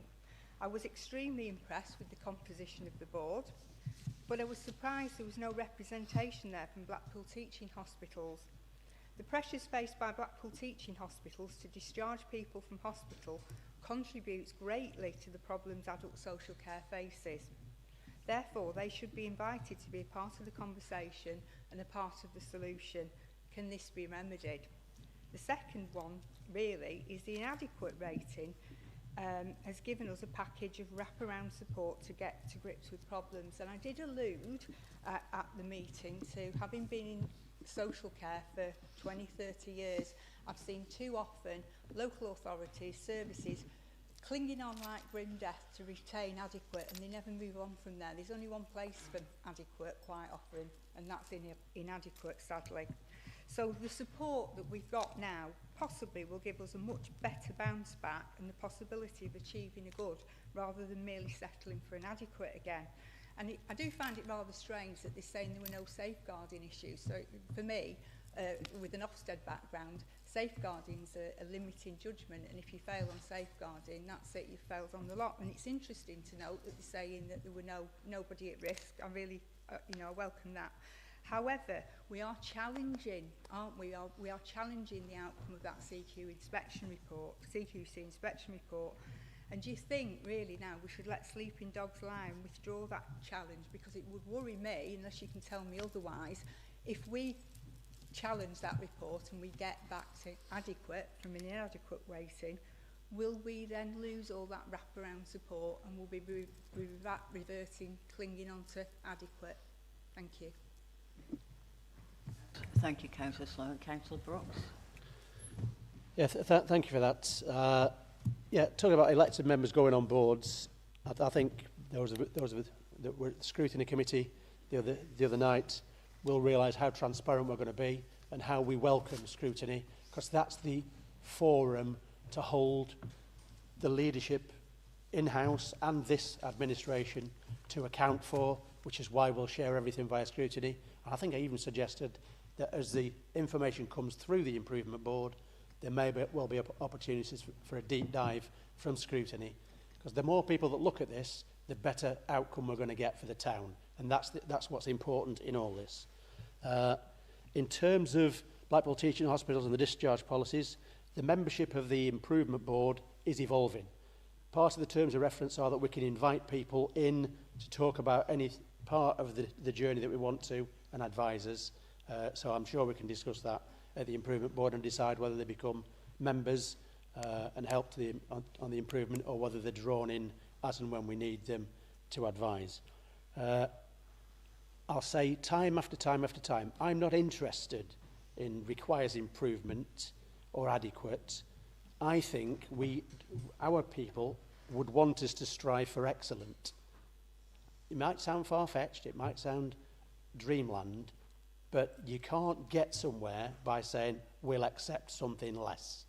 And we're not going to accept anything less than at trying to achieve excellent, which is why we're involving our people alongside professionals who claim to know the best interests of everybody. Let them hear where we've gone wrong, what we need to do to put it right, and be transparent about that. And that will go on beyond this. What I hope will be a short-term relationship with central government. I hope in 9 months' time they'll say, you know what, it's all good, nothing to see here. And I have to say, I don't want us to withdraw from challenging the ruling. It was an absolute surprise when we got the award that we got, award of inadequate. When you consider that inspectors were on site, they never once, in any individual briefing, before, during or since, identified where the people who they claim at risk are. And that needs to be challenged. If you're going to say something like that, you need to hold your hand up and say, that's a risk, we're telling you about that risk, get it sorted now. And to this day, we don't know where those risks are because they haven't identified them, which is why we're challenging, because if other authorities get into this position, they'll want to do the same as us. I've got Councillor Thomas and then Councillor Mitchell, and I'll put it back on Councillor Sloan. Thank you, Madam Mayor. The CQC report highlighted the LGBTQ+ care as an area requiring development.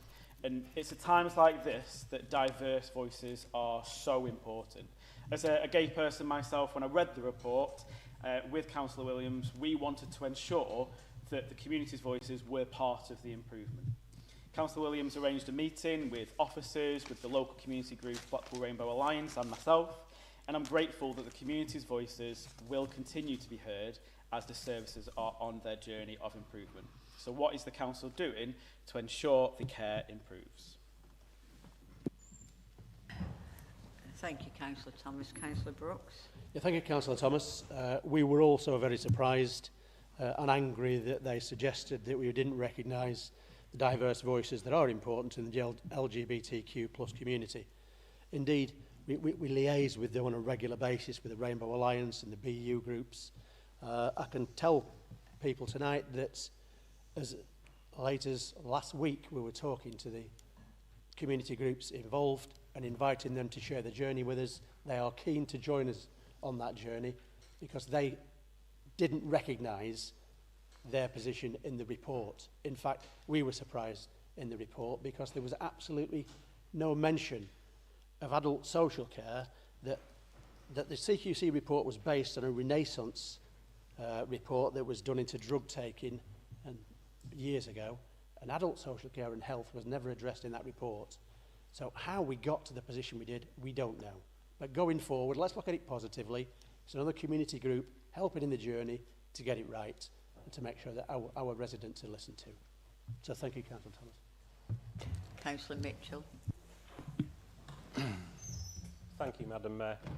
Protecting our most vulnerable residents must be our top priority. That is why inadequate result for adult services is so concerning. Yes, services face huge pressures, especially in Blackpool, but bad inspections do not arrive out of the blue. The warning signs would be there. So why was the Cabinet member shocked by the outcome, and why was scrutiny not aware? I've raised concerns before that scrutiny here feels too officer-led, but the Labour Council has defended the status quo. Yet scrutiny should be our smoke alarm, spotting risks early, not ringing only once the fire has taken hold. Scrutiny costs the taxpayer. To justify that, it must be proactive, evidence-led and properly informed. Only then can it give us the early warnings we need. So my question is, who is responsible in adult services, and will they be held to account for failing to provide the Cabinet member and scrutiny with the insight that is needed? Thank you. Councillor Brooks. I think, well, while you were enjoying your holiday afloat, Councillor Mitchell, you probably missed the latest scrutiny and the way that was handled. I'm quite confident that going forward, scrutiny will hold the administration to account, who will in turn hold the management structures to account and the services to account as necessary. I think we're on a journey. I think it's going well. Why was I shocked? I was shocked because the management was shocked. I'm still shocked. When you look at the national indicators that we relied upon, that aren't collected by us. These are surveys that are done by central government out to random people. We don't even know who they select. And 14 out of 21 of those were above average. Now, where would we get the warning that we were going to be inadequate? There's nobody found unsafe. There's nobody beating the door down. There's 90% of our care recipients have reported in the CQC stuff and the central stuff, they felt safe. There's no evidence there that suggested this was coming. That's why it was a shock. And equally, the first action that I took as Cabinet member was to talk to the Chief Exec and say, right, the arrangement where we've got a 50% with the adult social care manager and the ICB, all done for the right reasons at the time, ends. That has to stop. 100% on adult social care locally, which stops the ICB feeding into scrutiny via her and masking any problems that may exist. So that's an immediate change that's been made. But in future, scrutiny will hold the administration to account, and I'll be the one you shout at, sat in the chair. Councillor Brooks, Councillor Sloman. And then Thank you. It's just a question of clarification, Councillor Brooks. The last part of the question I asked you in terms of challenging, and I think it's possibly right, yes, you should challenge the judgment. The judgment isn't going to go from inadequate to adequate. Well, it might do. It's certainly not going to go from inadequate to good. But what I was trying to say to you, we've got the potential for bounce back with the wraparound support. If you challenge or go ahead with the challenge and we suddenly are then made adequate, will we lose that wraparound support that's going to possibly give us the bounce to get to good? Thank you. Councillor Brooks. I don't think we're going to make that journey that quickly, because we've still got to find out. We've got a baseline. We've got to move through before we start the improvement plan. And that's going to be 6, 9, 12 months. Central government know we're challenging. They are fully aware. In fact, in the letter that came from Minister Kinnock, he recognised that we were challenging but he also recognised that we accepted where we were and we were getting on with the work in hand. So I get what you're saying. We won't lose that central government support in the short term. It'll certainly set us on the path to good or excellent going forward. If we get it right, we won't need them, because we'll have all the building blocks in place to carry on that journey. But that's why we're doing it, and central government and Minister Kinnock are well aware of why we're doing it. But thank you. Thank you, Councillor Brooks. Councillor Scott, we're going to take the last question from Councillor Scott on this item itself, and then we'll move into general questions. Thank you. Thank you, Madam Mayor. I'd like to speak as a member of the scrutiny process that's going to be supporting the improvements. And the scrutiny process can only be as good as the information that's provided in the committees. That's been made quite clear here tonight by a number of members. The system, not just adults, but all scrutiny, relies on openness and transparency, on committees being made aware of concerns so that they can be considered, scrutinised and recommendations made. It's not the place for showcasing and patting oneself on the back, which we have seen in the past, and that's been driven in a different direction. There's more than enough of that in the reports that come to these meetings. We don't need that in scrutiny. It interferes with the business of scrutiny. The issue here, and I think that's been acknowledged, Councillor Brooks, thank you for that, is that the service itself didn't recognise that it was failing in the way that the CQC found. It didn't highlight the right concerns through the scrutiny process and therefore didn't seek the scrutiny support. Going forwards, I think scrutiny has already demonstrated how keen it is to support the council to make sure that this improves. We've already had 2 meetings, and as you've explained how the process will work going forwards, and I, as a member of that committee, and I know there are other members in here who are on that committee, welcome that approach, and it's the only way really.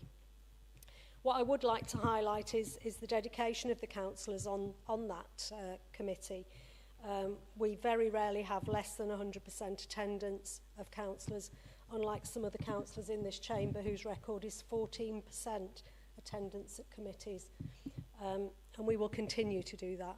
So thank you. I hope that reassures that the whole process is now sound. Thank you. Brooks. I'm grateful for that, and I'd echo the thanks to the scrutiny members. And it is important, because it is an important part of local government that people are held to account. And I've given the commitment of transparency. That will continue, because it is important. Going forward, and I'm sure I'll speak for my cabinet colleagues, nobody gets it right every time. And scrutiny is there to make sure that we get the opportunity to do it. I don't know how the other cabinet members work, but I have regular meetings with the chair and the vice chair, and I advise of anything that I see coming up. And I'll continue to do that outside the formal meetings, and the door's always open. So thank you for the continued support. Any general questions on within the cabinet members' portfolio?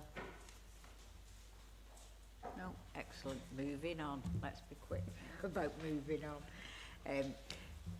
We've got the Deputy Leader, Jane Hugo, on the Cabinet Member for Climate Change, pages 21 to 27, and the themes are Nature, Towns and Cities, Blackpool's Green Wave and Green Flags Award. Over to you, Councillor Hugo.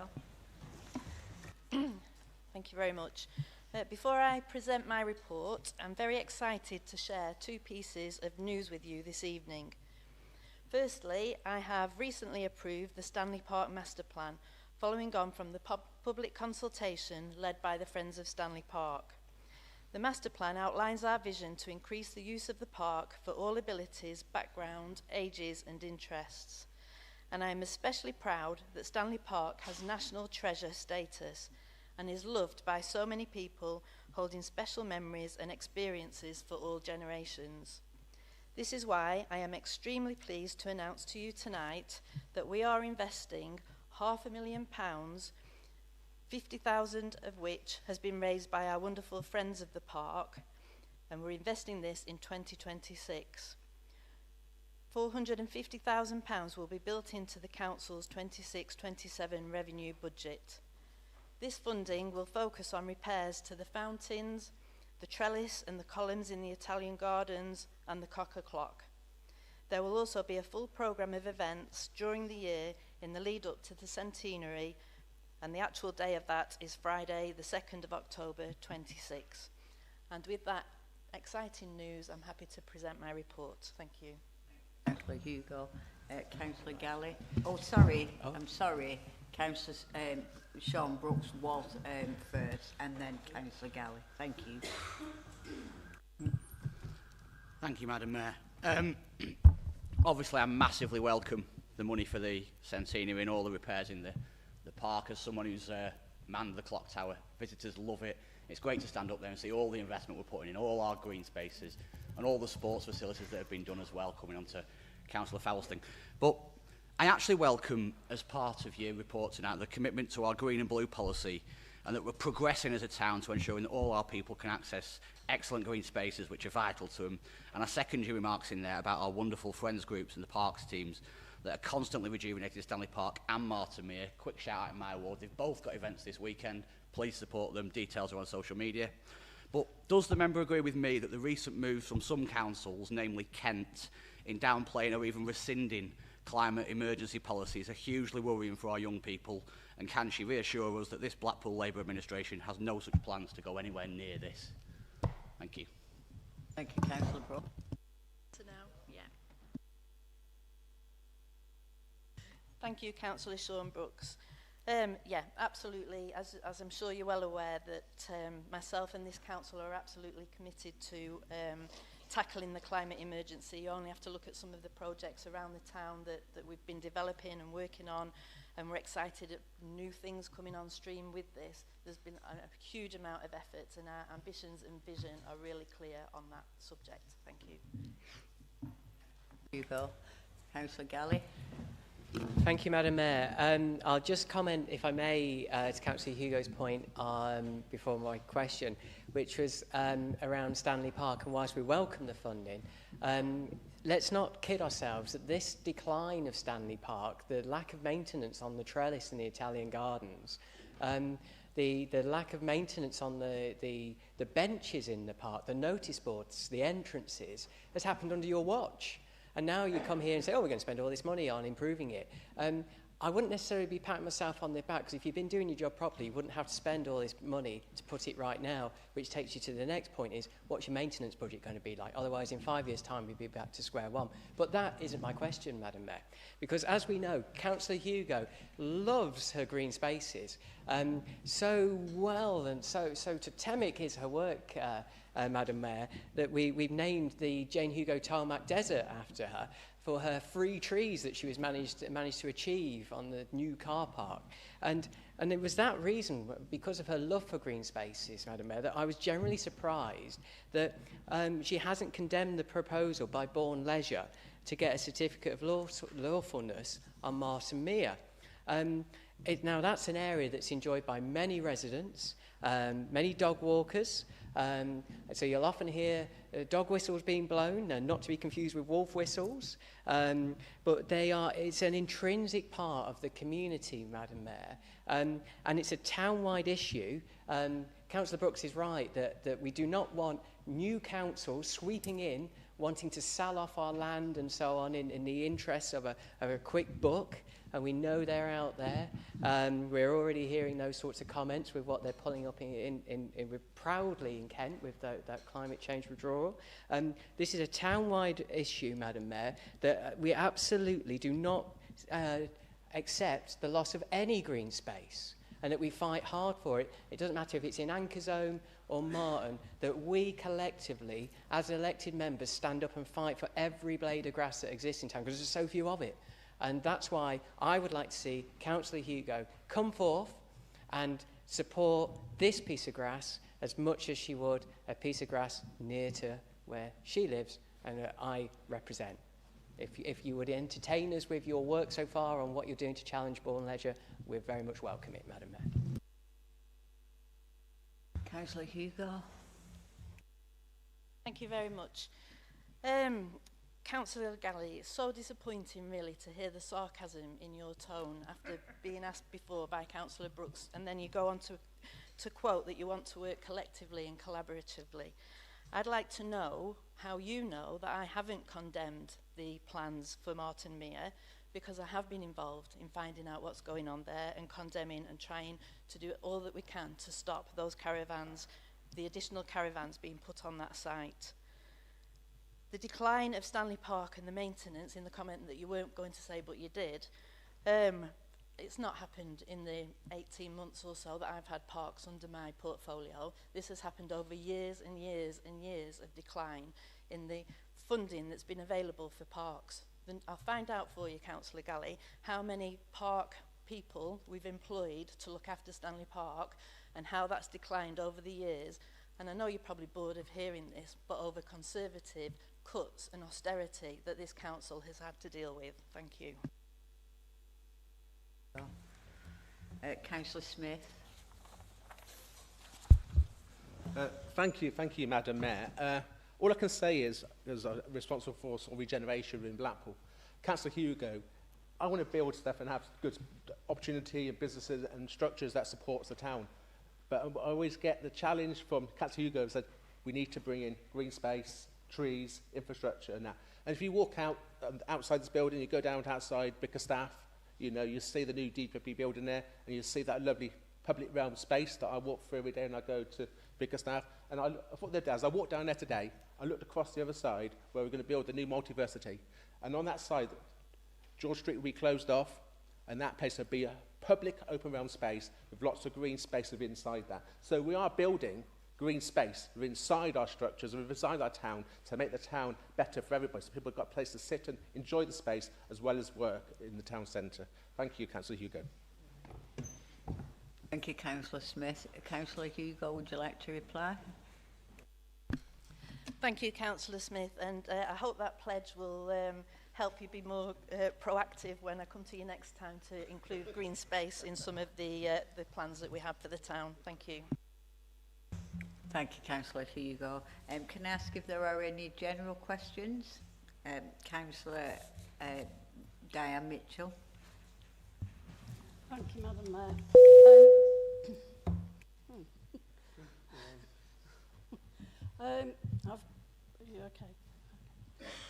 I'm involved, along with other councillors, with the planting of trees in Clifton Road area, which is absolutely fantastic, and that's project's going really well. However, I do have some concerns that when residents raise issues around existing trees that are encroaching on their property or feel are actually at risk of falling or damaging roofs, etc., that it is incredibly difficult to get anybody to take those things seriously. It's just seems to be a blanket. We're not cutting trees back, we're not pruning them, we're not doing anything. I would be interested to know, especially in light of the accident that did happen, what actually constitutes necessary pruning of trees, and you know, how can we determine that when we're dealing with residents, please? Thank you. Thank you. Councillor Hugo, would you like to take all the questions together, seen as the general ones, or would you like to do them one by one? Take them together. Excellent. So I've got Councillor O'Neill first then. Thank you. Councillor Hugo, I want to thank you for what you've done so far with regard to the Martin Mere and what's going on there. I know I've engaged with with Councillor Brooks over this as well, and it appears we're all in agreement of the concern, the potential loss of that green space. And it seems we're in a position where it's dependent upon the decision of a council officer as to whether we lose that land or not, which is essentially council land which is leased to the caravan park. It just seemed like a very strange situation to be in, and I'm sure that everybody in this chamber, if they've seen that area, would realise just how important and beautiful that is. And it's a great little space. I know I use it frequently. I know Councillor Brooks uses it frequently. So I just can't understand how elected officials will have no say in this. And if it is granted, I believe we'll be in the position as well, we can impose no conditions on it. Now, we look back to the planning application, which was previously submitted with regard to this, and the planning officers, or I think it was the highways, essentially said that unless there was an off-site traffic scheme developed, given the issues on Mythop Road, that not one more place, not one more site should be authorised. So can you help us ensure we save that green space? Thank you. Thank you, Councillor O'Neill. I've got Councillor Julie Jones and then Councillor Williams. Thank you, Madam Mayor. I would like to take this opportunity to congratulate the Parks Department on achieving, despite funding cuts, 7 green flags, and thank them for all their hard work, not only with this, but for also on all the other projects that they carry out, their support with the popular Positive Planters project, especially within Greenlands Ward. Also, I would like to thank all the Friends groups who have worked so hard to achieve these, including the Friends of Devonshire Road Rock Gardens, who have retained their green flag this year. They turn out every week in all weathers to look after our green spaces. And not only that, they are running events year-round for our communities. I must therefore also thank the Friends of Devonshire Road Rock Gardens and everyone who helped them, including the Council Parks Department, who I have to say I had great communication with, and again, despite cuts in staffing, have worked tirelessly and helped me no end, and helped the Rock Gardens no end, for organising the recent centenary celebration, which was a great success. And I'm very much looking forward to the Stanley Park Centenary next year, and I'm sure it will be a fantastic event, and yes, I look forward to it. Thank you. Thank you, Councillor Jones. Councillor Lynn Williams. Thank you. I just wanted to agree with Councillor Hugo in relation to the sarcastic aspect. Councillor Galley, your tone when you address questions to myself and Councillor Hugo entirely different from how you address Councillor Brooks. So I will watch with interest how you speak with the rest of the Cabinet tonight. Thank you. Thank you, Councillor Williams. Councillor John Boughton.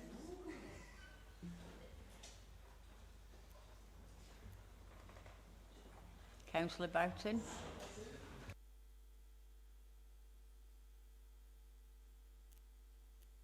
Green flags, Madam Mayor.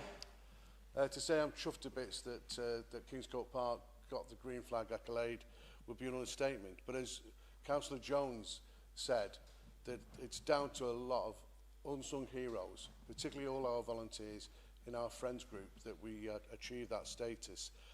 And as Councillor Jones said, they go out in all weathers, picking litter, and they enjoy doing it. And it makes our parks a wonderful, fantastic environment. But Kingscote Park, the inspectors when they came to Kingscote Park were very impressed with one of our, with Stanley Rugby League Football Club that have a part of our site. The work that they do in enhancing the playing area that they use and the facilities that they give to our young people is second to none. They were very impressed. Young people who come and show an interest in playing rugby league, they don't pay any fees. If they haven't got any kit, they get the kit provided. And they're also impressed that 3 or 4 days a week that the cafe's open to dog walkers and other park users, and they were really impressed about that. But it would be remiss of me not to thank Enveco, because I've got to say, the way they prepared Kingscote Park for that inspection was exemplary. I've never seen the park look so fantastic. And by the way, whoever organised the weather for that day, it was the sun was splitting, the trees, it was absolutely fantastic. So it showed off the park in all its glory. And so it's thanks to all those unsung heroes, all those partners that make our green spaces wonderful places to enjoy. Now, I moved up on Ingleway Avenue in Leighton in 1986, and one of the reasons I moved there was the proximity to the park. I used to take my little girl, play on the swings, and now I take my little granddaughter on those same swings and tell her that this is what I used to do with your mum. Councillor McKerritt. Thank you, Madam Mayor. I just wanted to quickly congratulate all those involved in attaining these green flag statuses across our town for our parks. Our parks are hugely important in this town, and we need to continue to protect them and maintain them for the public good. It's why I'm delighted to say that the Friends of Cavendish Park Group, alongside the council, my fellow ward councillor Paul, who isn't here tonight, and the council, are fully backing the proposed improvements to Cavendish Park, including a new ramp which will improve accessibility for residents, moving the playground from the back of the park to the front of the park to make it easier for our young people to access it, continuing to renovate the interior of the community centre as well. We're going to be working on a cross-party basis with my colleague Paul, and the Friends of Cavendish Park as well, and of course the council. The Friends group are spearheading this regeneration as well, which we massively thank them for.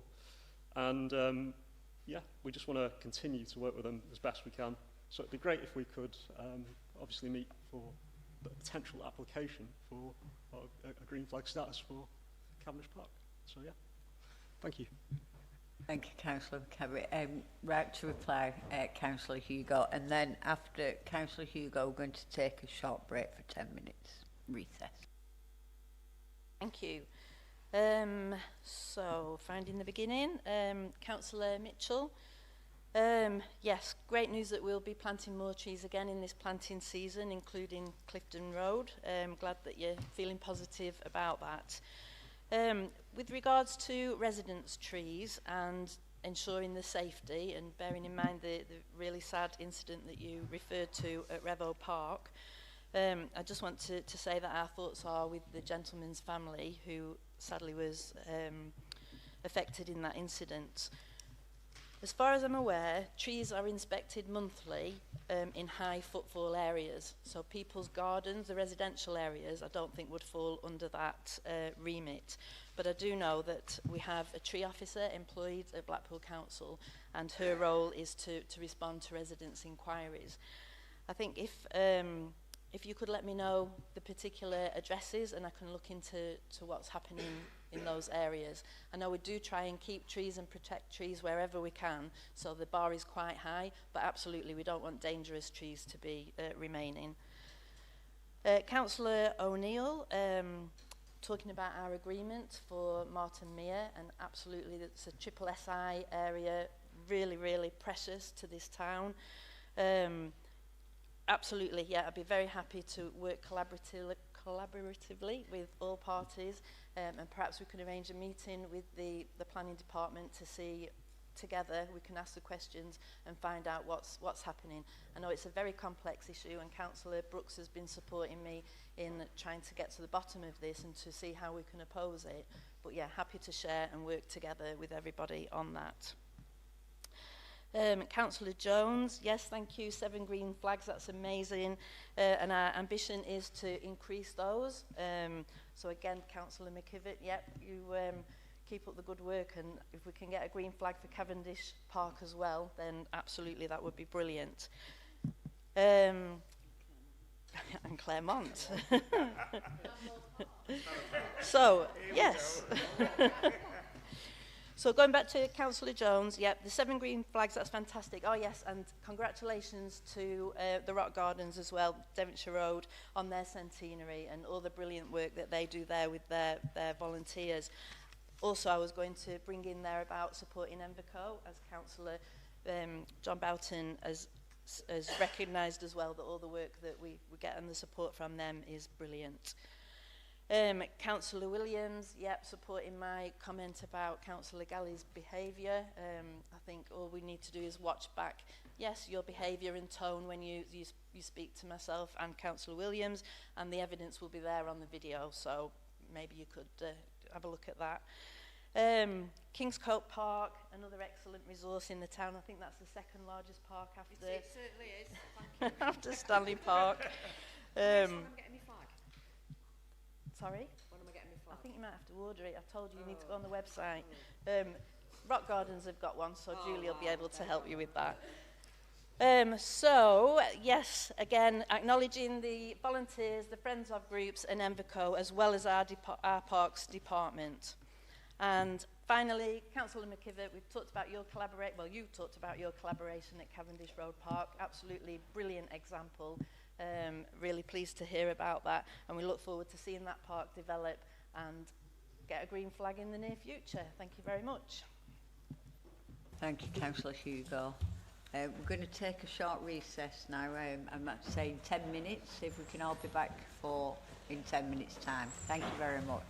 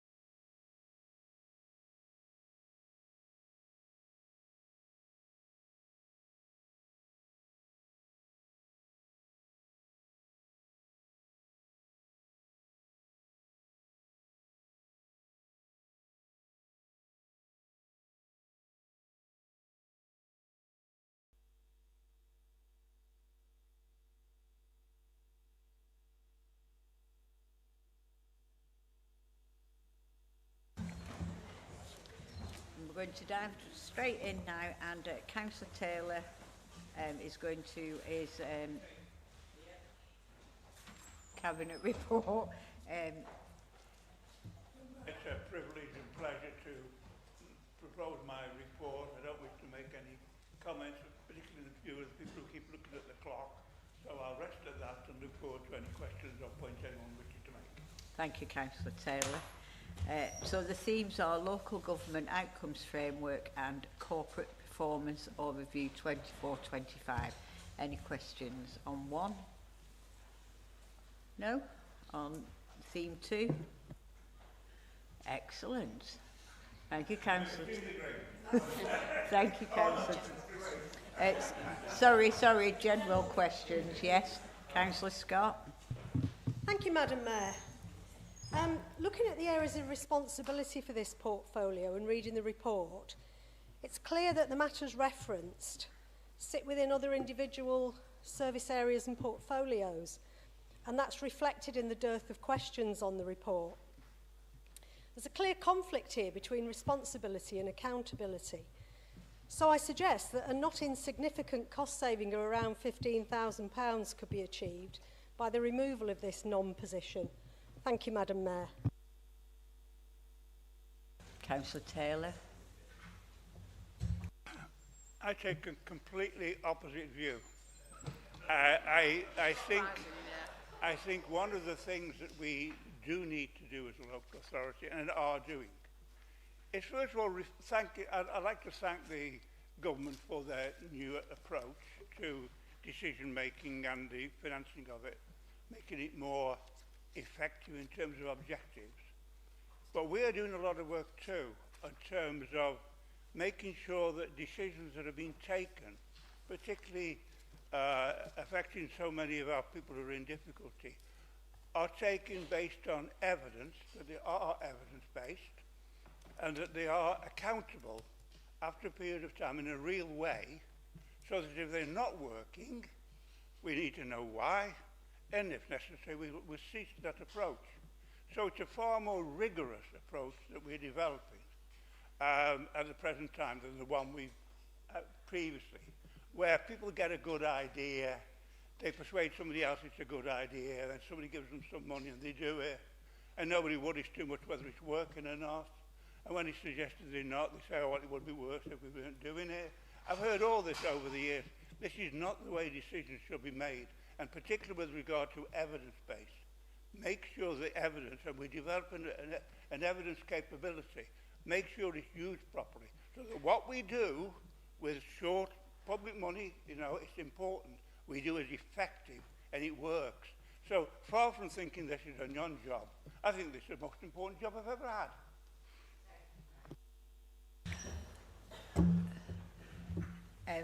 Any other general questions on Councillor Taylor's portfolio? No? Thank you very much. Moving on. Councillor Smith, Cabinet Member for Economy and Built Environment. And the themes on Councillor Smith's report are Blackpool Central Update and Housing Regulation. Over to you, Councillor Smith. Thank you, Madam Mayor. First, I want to start off before I present my award. I just want to say today I had the pleasure of formally opening Robinson inside the Stanley buildings. It's been a long journey over the last sort of 5 to 6 years to get to the stage now we are officially open. We've just got a bit more work to do on some leases and agreements, etc. But the transformation of that building, which was literally run down, the roof is leaking, there's mould, there's lots of issues inside, has transformed to a business hub to support small business. It originally only had 12 units inside there, office space to be let. It's got 44. It's got 6 meeting rooms. It's got a co-working space for up to 50 people. It's supporting small business. I've got to say on record today, over that period of time, an officer, Peter Legg, has dedicated his time and effort day and night on this project, even delayed his holiday to ensure the project was finished on time. So I'm going to put it on record, a formal thing, a thanks to Peter Legg for the hard work and dedication he's done on supporting that project. So I encourage every member around this chamber here today to go and have a look around the building, see the transformation that change has made, giving hope and support for small business to grow in the future. So there'll be office space from a single 1 unit up to 8 units. The idea is people grow and expand from maybe a co-working space to an office to a large office. I want people to grow out of their business, to grow to bigger office space outside of inside the town, employing more people. So it's an incubation period to support the growth generations for Blackpool small business. Also, I mean, we talk about, I think a lot of these questions were answered under Councillor Williams' portfolio. We're working on sort of a £2 billion regeneration project. The road to success is never smooth. We overcome challenges all the time. And things never quite go as easily as smooth as we like, but we have to sort of adjust and change and adapt to change in the future. So where these things will never be gone as smooth as like, we work behind the scenes to make sure we can overcome those and change direction and move forward to make the projects work better for the future. I mean, we talk about the Hounds Hill. I've spoken to business side there, and they're performing very well. They're up on last year, they're doing excellent, and that support with the anchor tenant of Fraser's and Flannels in there supports all the other businesses. So for Blackpool Council to support and get an anchor tenant like that in the Hounds Hill has made a big difference to supporting all the other businesses within inside there. And also, I looked at the report recently on a number of, because we all talk about people, business closing down and that. So in the towns, with all this regeneration, we're encouraging more business to come in and start up and grow.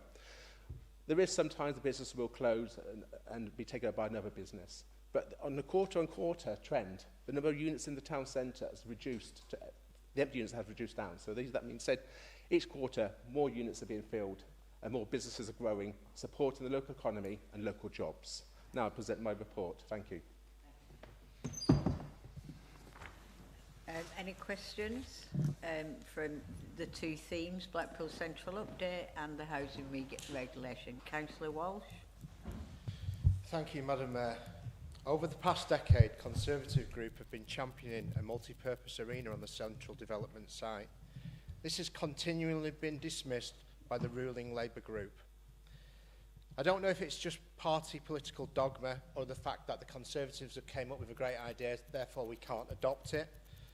But over social media, whenever this issue is raised, the overwhelming comments by the residents of Blackpool are in favour of a multi-purpose arena. Having an indoor event space can accommodate a huge range of activities which would provide an all-year-round economy. We're talking equestrian, MMA, mixed martial arts, dog shows such as Crufts, etc. The list is endless. This is what's needed, the Conservative group believe, to still take the town forward. Given our geographical location, the build and the concept of such a multi-purpose arena, it almost writes itself. An ocean arena, a wave arena, you know, it's there for the theme to be seen by everybody. Therefore, can I ask Councillor Smith and Councillor Williams if a multi-purpose arena can be placed back on the table? In the past, we've had a ski zone, we've had Chariots of the Gods, an alien restaurant, a flying theatre, all piecemeal ideas, but which the collapse of nickel in November 2024 seems to have gone out the window. Finally, Madam Mayor, on this subject, having spoken to my local MP, Chris Webb, it's somewhat reassuring to know that Mr Webb is in favour of a multi-purpose arena. However, I'm concerned there is separation of views from the Labour group and the Labour MP. Can you clarify your position? Thank you.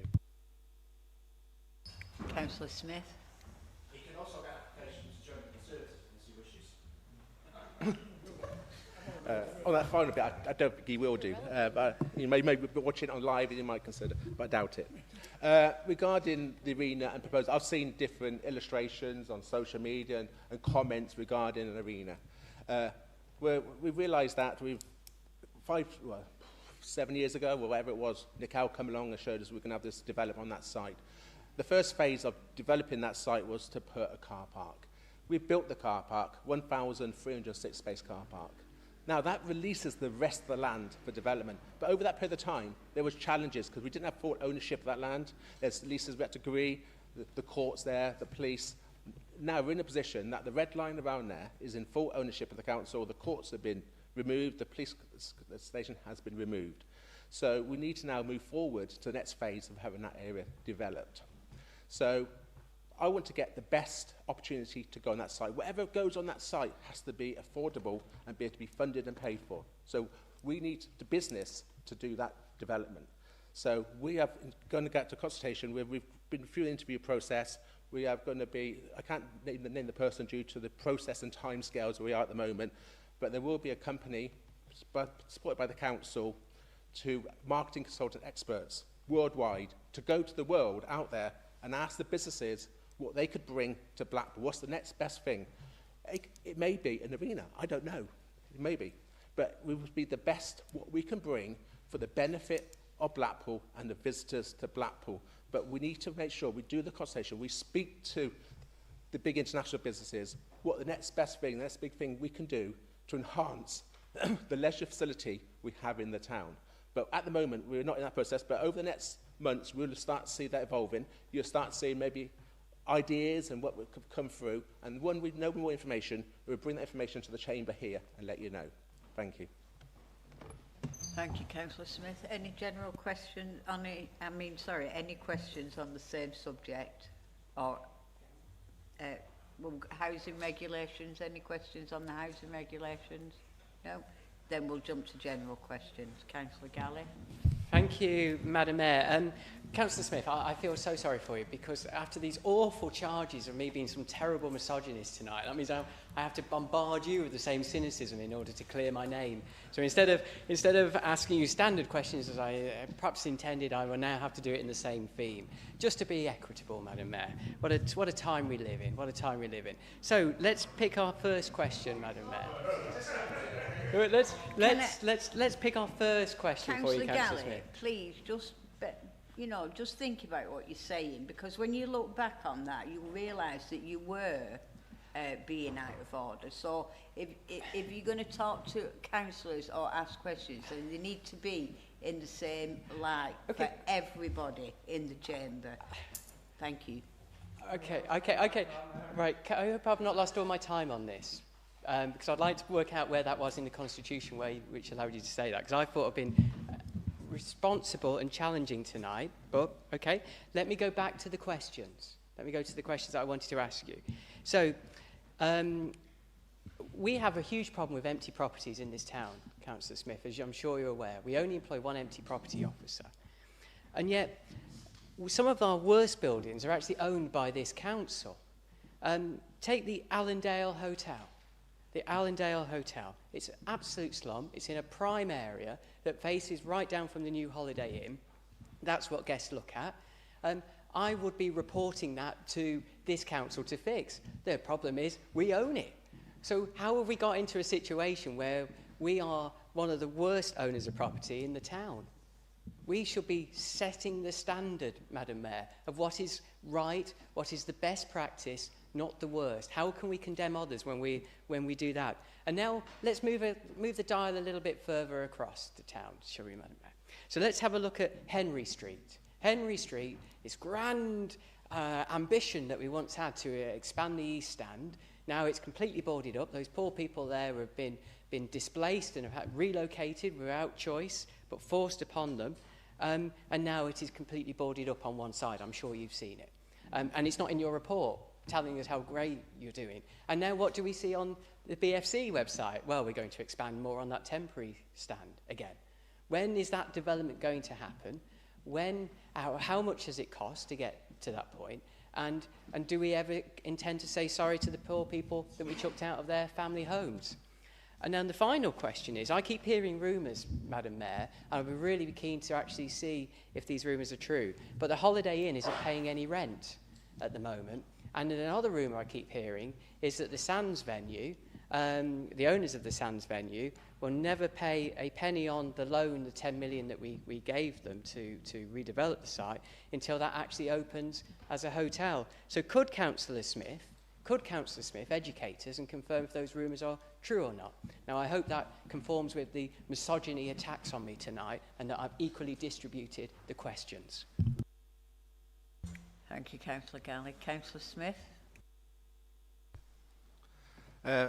Thank you, Councillor Galley. It would be nice if we treat everybody respectfully in the chamber. We're all here to do a job. I'm here to speak and respond to your question. We're all here to do a job for the residents of Blackpool. We're here to be respected on both sides of the chamber, respect everybody equally, then we'll get on well and we can do the job we're paid to do. Okay, and we'll move on from that to answer the questions, okay?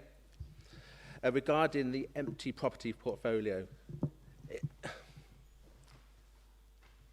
it frustrates me the number of empty properties we have in the town. And you talk about the one that is owned by the council, which I'll come to in a minute, but many of the other empty properties are owned by private individuals.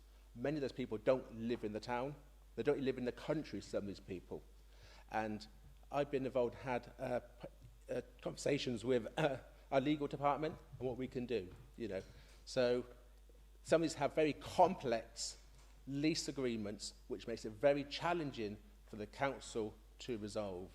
And if you had Dawn Goodhall here, she can go through the legal things, the statutes and all the sort of the land of the duchy and all this sort of thing. There's lots of complications behind all these properties. We are trying to resolve those issues. In my ward in Talbot, we have a large number of derelict empty properties, and some of those fall within those categories of complex ownerships, which makes it very difficult for the council to resolve. What we're trying to do is we've done what on, as you know, the former Heaven and Hell unit on Quest Street and Albert Road, we've boarded it up to show we are intending to try to support the businesses and maybe try to resolve those. But in the short term, the only thing we can do is maybe try, I know we're just hiding the issue, but at least it makes the area feel a little bit more that we are caring and we are trying to achieve something. Regarding the Allendale, I know Councillor Williams, I think it's daily she's probably onto officers regarding this. Constantly frustrated and delays in that, you know. It's not just to the council, because we own one property, we don't own the other two. So there's lots of complicated issues regarding that. Do we want to spend council taxpayers' money on repairing our building and we're next to the other ones? Well, no, not really, because we want to resolve the block. And it takes, we've been through lots of processes, engaging with the owners of those properties.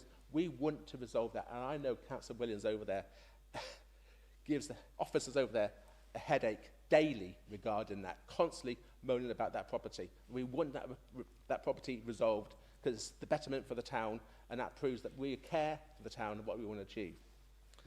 Regarding Henry Street and East Stand, that's down to the football club and their decision on the renovation of the stand.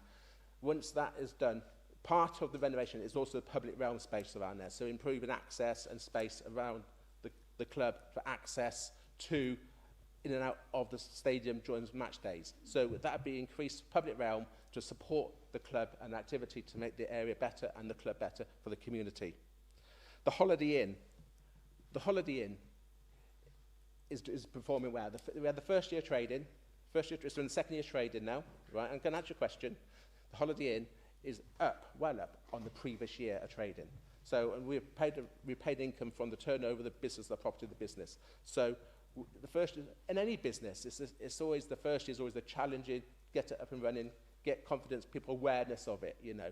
But I understand that the performance today is well up on last year, and that is one thing to do, they've increased their tariffs and rates because they're getting the customers to stay there. So I would foresee in the future we'll be receiving a large beneficial benefit to the council from that development.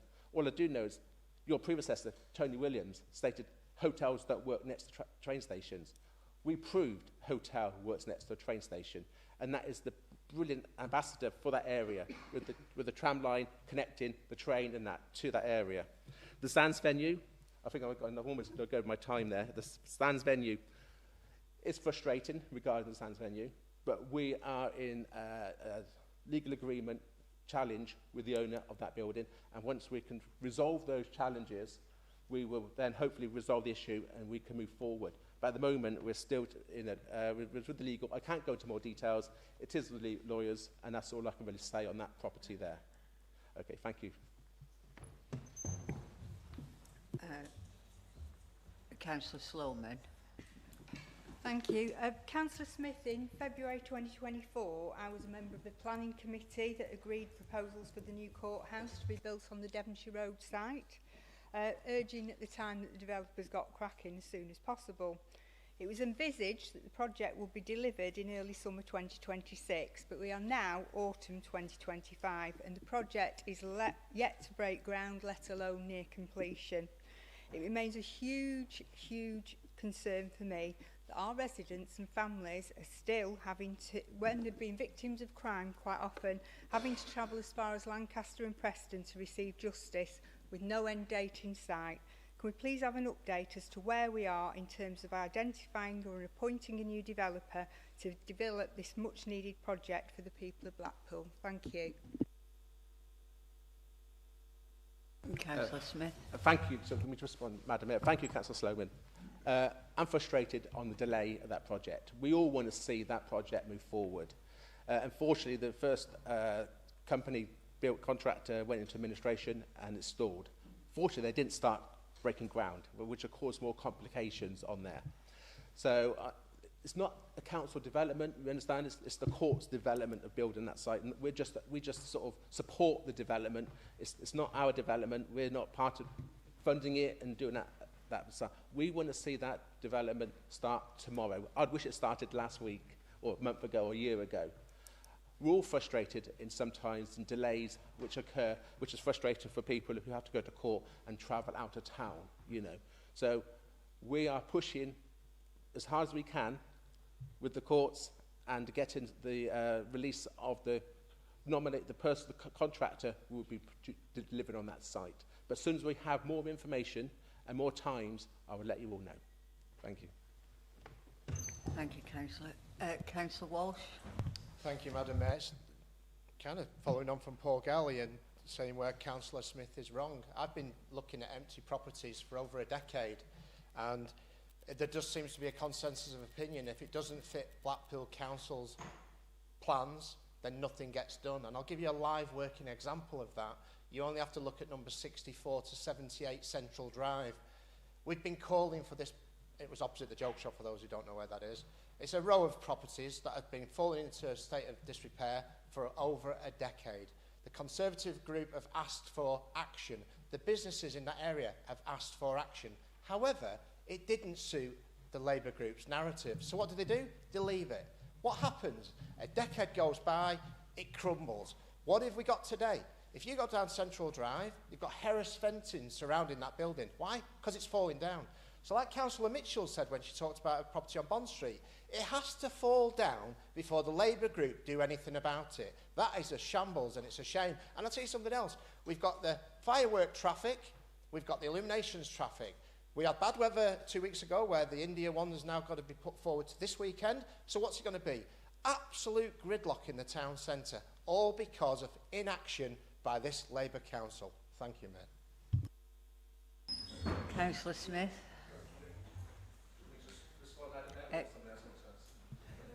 Yeah, Councillor Williams. Councillor Walsh, we've met and discussed the empty properties, and I think we agree that there needs greater focus and investment on the empty properties. The examples that you have given of Bond Street and elsewhere, and including Allendale, which I cannot use the title that I regularly use for that property in this chamber, but they are all subject to incredibly difficult. I know this sounds like excuses, but there has been so much work that has been put in. We've got every range. We have got properties that are owned by politicians in Cameroon. We've got the issue of hotels, ginormous hotels that people have got timeshare in. It is nigh on impossible, but we are trying and we are speaking with all those and certainly trying to, because the other issue in this, when the properties that you're talking, they're privately owned. These owners have to have some responsibility for this. And I think, you've also got to look, absolutely, I wish we had all the money that we could and develop, particularly around the Allendale and elsewhere. I wish we had that we could go. But you've got to look in terms of after 14 years and the cuts that this council has had to deal with. You cannot expect that when we've lost a third of staff to be able to wind the clock back and deliver. But are we absolutely focused on doing everything that we can? Absolutely, we are. We know that the impact that this has on communities and other areas, so we will continue to push for that. Okay, thank you. Any more general questions on Councillor Smith's portfolio? Sorry, Councillor. respond to Councillor Williams? Well, I got a response to Councillor Walsh's question as well, because that's part of the original question regarding that. Thank you, Madam Mayor. Councillor Walsh. That building on the corner there frustrates the hell out of me, to be honest. I've reported that a number of times. The problem is, as I said before, we don't own those buildings. I know we own Allendale, and I know you raised that issue, and that issue is being isolated and being resolved and taking time. All these other properties, empty properties, are not in the council ownership. They're in private ownership. And that causes, don't just nod your head, it's true. It causes complications on the enforcement and action on that property. These people do not care the property. They're looking and thinking, oh, we might get more money in the future, you know. So we enforce upon it. We put charges on those properties. I'm frustrated about the Harris fence around there, which is causing delays to traffic. I spoke to Highways regarding that. I spoke to officers. We need to try and make the access easier, but there's certain reasons why, which is how I control really why this cannot be achieved quickly. I believe there's sort of out of the top 10 worst properties is in Talbot Ward, and there's a focused, dedicated, multi-pronged attack on trying to resolve these issues regarding that. And I would like to have every empty property in the town resolved and sorted and in good condition, supporting local businesses, supporting our residents, supporting our tourism. If that has a good shop, a good retail unit, it will support the street, support the communities. You know, we want that. It's not we don't care. We care. We want it to happen. It's the complications behind it which makes it very difficult and challenging regarding that. And I think Councillor Williams has emphasised on that in her response to the question you raised as well. Thank you. Thank you. Councillor Badess, did you want to come in?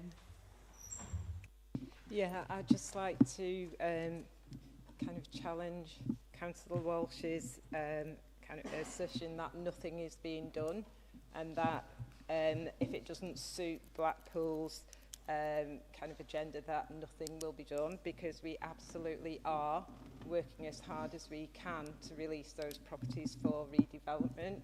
We understand, you know, we recognise the need for housing. That's what we'd like to do. We'd like to bring those buildings back into ownership so that we can develop those areas as we would like to. But there are problems around probate. There are problems around multiple leases within these buildings. And you do have to understand the complexity of the legal fights that are going on behind the scenes. So we, as within the empty properties board, and there is much more coordinated working going on now. Many more successful legal challenges happening that are not visible to the naked eye. So please don't assume that nothing is being done. Absolutely everything we can do within our legal powers is being done.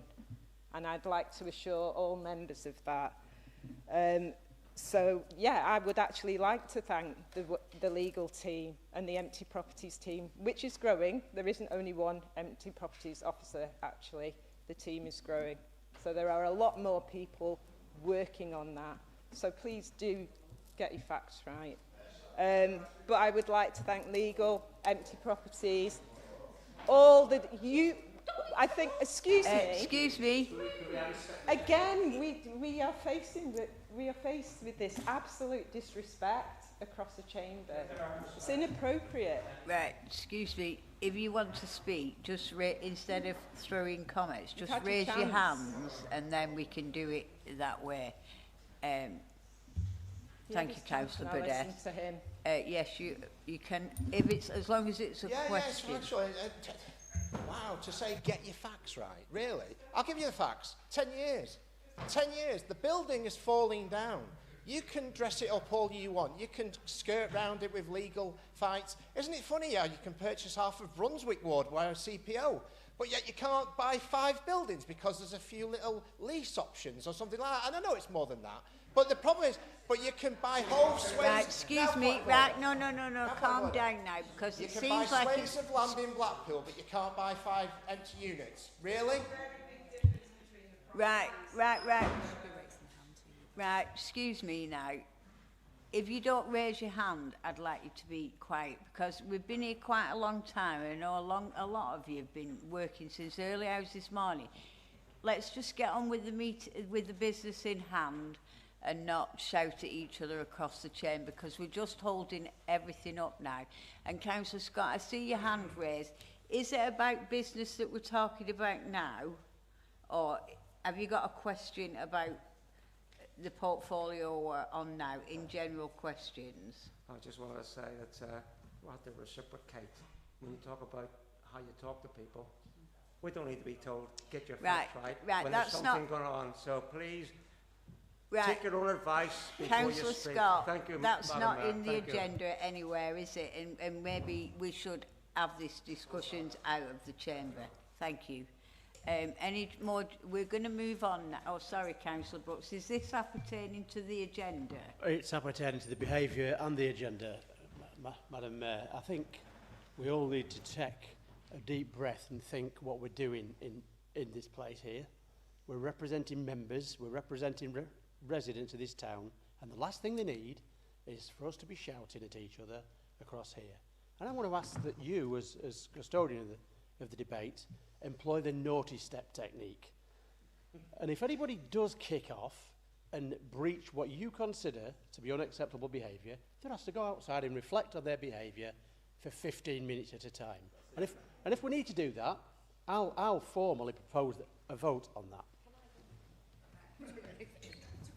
Can we draw this to a close now and just carry on with the agenda? And thank you for your remarks, Councillor Brooks. I appreciate that. And I think as adults, we shouldn't have to be told this. We should be aware. And we go on about treating residents and people in certain places with respect. And so if you expect it, then we all expect it. It's not just you, but let's just get on with the agenda now. So moving on. No, not unless it's about your... Who to? Right, it's 8:45 now. We've still got 3 more to go in a motion.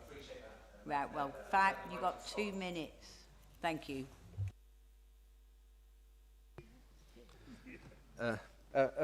So thank you, Councillor Burgess, on that. You know, yes, it is challenging, and thank you for your comments on the complex of this. And also, going back to Councillor Walsh, he has been to many meetings, especially during the Talbot PAT meeting and the hoteliers meeting, where he's been briefed on any of these complications issues. So he's aware of the complications. So we are aware of it. We understand it, the complex of it. We are really driven to resolve the issue, and we are moving forward to achieve that. As I said, to say then, is I treat everybody in the state chamber with the same respect I treat everybody else. I don't shout and bore people down. I think the chamber here should be a respectful chamber. If we respect each other, it'll be a better place. Thank you, Madam Mayor. Thank you. We need to move on now. So we're going to move on to Cabinet Member for Children's Services, Councillor Hosbin, to present his report. Themes are young carers and Foster with Us Hub. Thank you, Councillor. Thank you, Madam Mayor. Hello all. Just a couple of items on my in the agenda for me this month. First off, young carers, as you'll have read in the agenda. As part of the CQC inspection, we were challenged on how we effectively were identifying our young carers. And there was some learning from that for us. You know, we put our hand in the air. We were identifying them as well as we could. So you'll have seen there's a raft of measures that we've introduced, including better liaison with partners in education. If we identify a young carer, they're automatically in our mosaic system. And better data sharing with the Young Carers organisation. So that's just a few learning points for us there. The second item is the North West Fostering Hub. A bit of background to that. It's been up and running for around 2 years. I think it's safe to say that myself and officers for the first year weren't that impressed with the results from that. We weren't getting huge amounts of referrals coming through for potential foster carers. However, for reasons that we still can't identify, that's completely turned around in the last 12 months. And it's actually the most successful fostering hub in the country, so that's ourselves, Lancashire, and a couple of the Cumbrian authorities. And as you'll see from the report there, we've had 10 people progress through the system. They're all good to go, essentially. and that is, you know, fingers crossed, at least 10 foster homes as opposed to residential places. So that's my report, Madam Mayor, and I'm quite happy to take any questions. Thank you very much. Thank you, Councillor Hobson. Any questions on theme 1, young carers? No? Theme 2, foster with us hub. Councillor Scott. Thank you, Madam Mayor. It's not a question, Councillor Hobson. It's congratulations on the success, not to you, but to the hub. To the hub. I was very dubious about this arrangement, as others were, and I expressed my concerns at the time, given that we are a very small part of a very big hub, and my concern was that we might not get our fair share of the approach and our fair share of the applicants, and that has proved to be wrong. In my role as the elected member representative on the fostering panel, I've seen those foster carers coming through, and I also had the pleasure of attending a walk on the promenade back in the summer during Fostering Fortnight, where Fostering Hub were there and really showing how keen they are to find foster carers for Blackpool children. So I'm really glad to see that it's working when I thought it wouldn't. Thank you, Madam Mayor. Thank you, Councillor Scott. Right to reply, Councillor Hobson. Thank you, Madam Mayor. Yeah, I absolutely agree, Councillor Mrs Scott. I also was very sceptical to begin with. In fact, about 6 months in, I remember having a conversation with our Deputy DCS, and we both kind of pulling our faces a little bit on the results. But no, there you go. Great. And also, what I should have mentioned before, we're actually having an appreciation evening this Friday in the Winter Gardens for our foster carers to sort of thank them for the excellent work they do. And I know from early on today that Councillor Mrs Scott will also be there. So thank you very much. Thank you, Councillor Hobson. Any general questions? Councillor Galley. Thank you, Madam Mayor. Councillor Hobson, I had 2 questions for you, if I may. The first is, obviously, I express delight that you've publicly agreed to support Blackpool being included in an inquiry. I just wondered if you'll be demanding that in this inquiry, the request, that it fully includes the lived experience and outcomes of victims over the last 25 years, so that it's truly historic in scope. The other question that I had, Madam Mayor, for Councillor Hobson, concerns something that's been put in the public domain by campaigners for an inquiry. And that is our local MP, Chris Webb, has given them assurances that he would look at securing funding to retrieve the Awaken safeguarding records, which were not transferred into the new Mosaic computer system. I just wondered if you will support the retrieval of this data, and who also has the authority. Is it the Member of Parliament or is it the Council? And if it's not in the MP's gift to deliver, then campaigners risk being let down. I just wondered if you could pass comment on that. Thank you, Madam Mayor. Councillor Hobson. Thank you, Madam Mayor, and thank you, Councillor Galley. Both, valid questions. With regards to the inquiry, so obviously we had quite a heated debate in council last meeting about going forward with that. So immediately after the council meeting, I did actually draft a very short opener, if you like, to the Home Secretary, just to say we would very much like, as an authority, to be included in a national inquiry because of some notable historic cases in Blackpool. That this would have been, as I say, 3 or 4 months ago. Haven't heard anything back yet. However, on the back of that, I'm not sure if you had the chance to meet our independent scrutiny for children yet. He's basically, before taking on these roles, he was a very senior officer in South Yorkshire Police and was very involved in the aftermath in what happened in Rotherham. So he is tasking all partners within our MASA arrangements, that's ourselves, ourselves, health and the police, with regards to looking at all 12 recommendations of the KC report. And if you recall, there are a couple of recommendations in there that do relate to historical offences.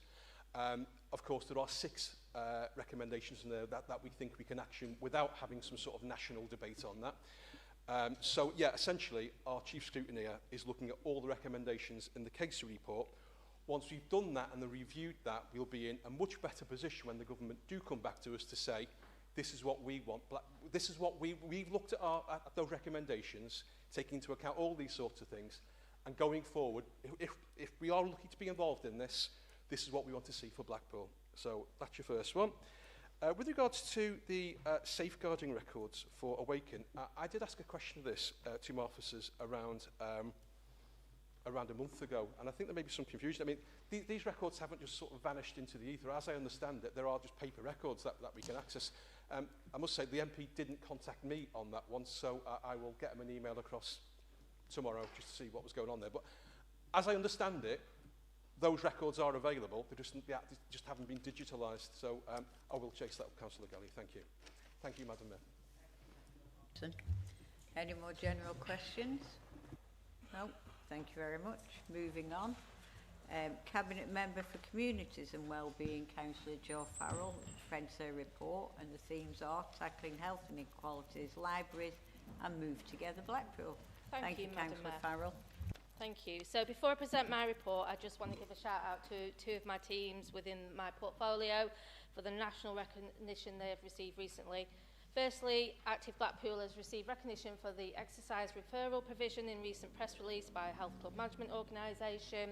The report states that Active Blackpool sets the standard of exercise referral in the UK and is a beacon of best practice across the country, providing safe, secure and welcoming spaces for older adults, people with chronic conditions or those who may be exercising for the first time.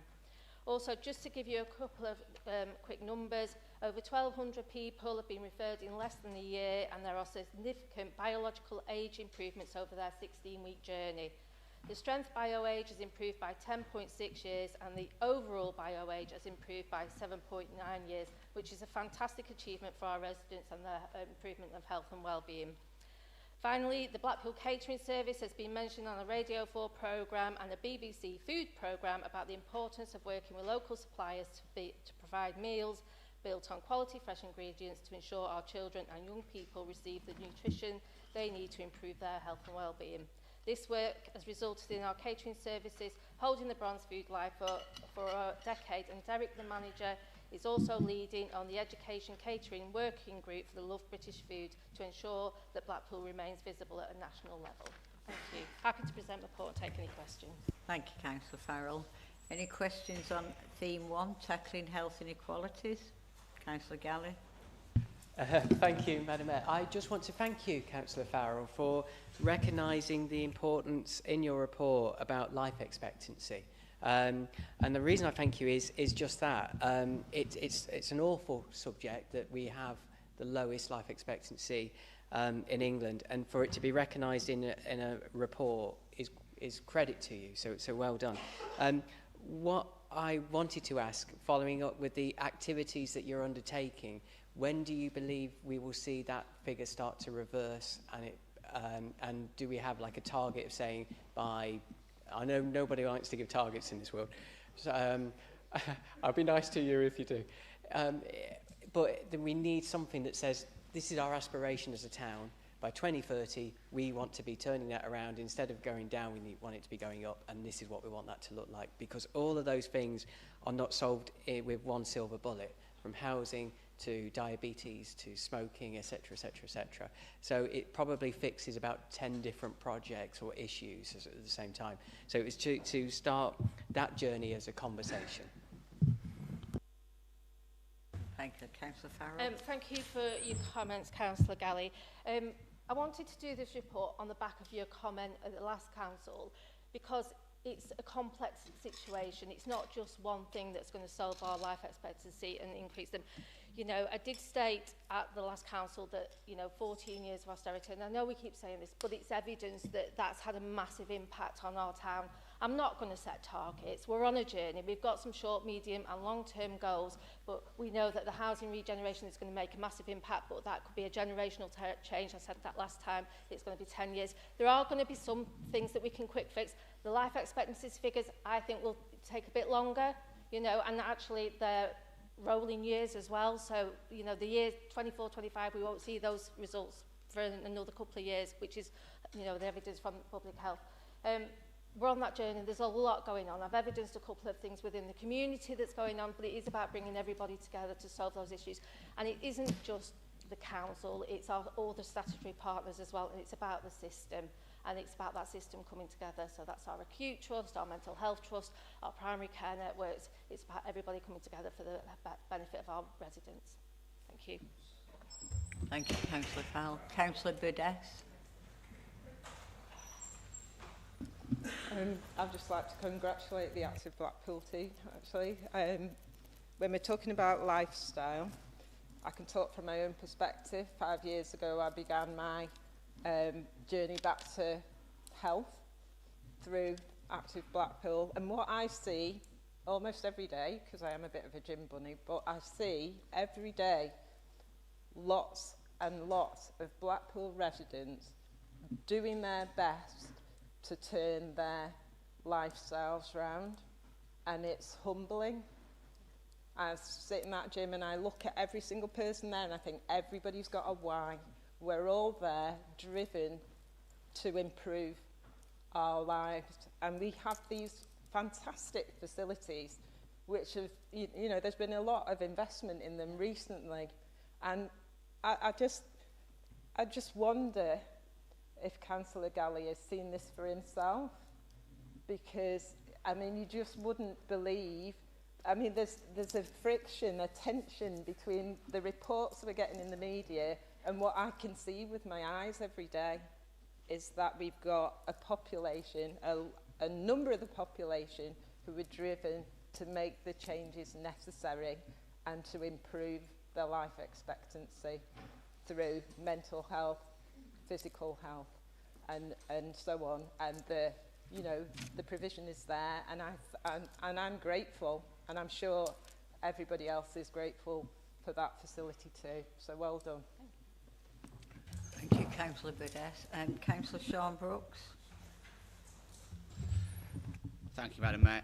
I wasn't going to stand up, but I just want to echo Councillor Burdess's point, really, about some of the good work that's going on here. Look at the three themes. We've got health inequalities, we've got books and schemes in the library, and we've got moving together. I mean, I myself used to be much bigger. I went to a vegan lifestyle, and now do that. So I want to ask a question to Councillor Fowle. What is the provision of vegetarian food and vegan food and plant-based options across the Blackpool schools? Maybe can you write to me about that one? And just basically congratulations on getting all this stuff together. I mean, all these library projects are great. I sit on the children and young people's scrutiny, so I see the elements of reading and the ways we need to get these standards up in our town. And the Move Together stuff, if anyone wants to come out for a run for the first time, I'll be at Park Run at the weekend. I'm pacing 40 minutes. Come along and join me. Thank you.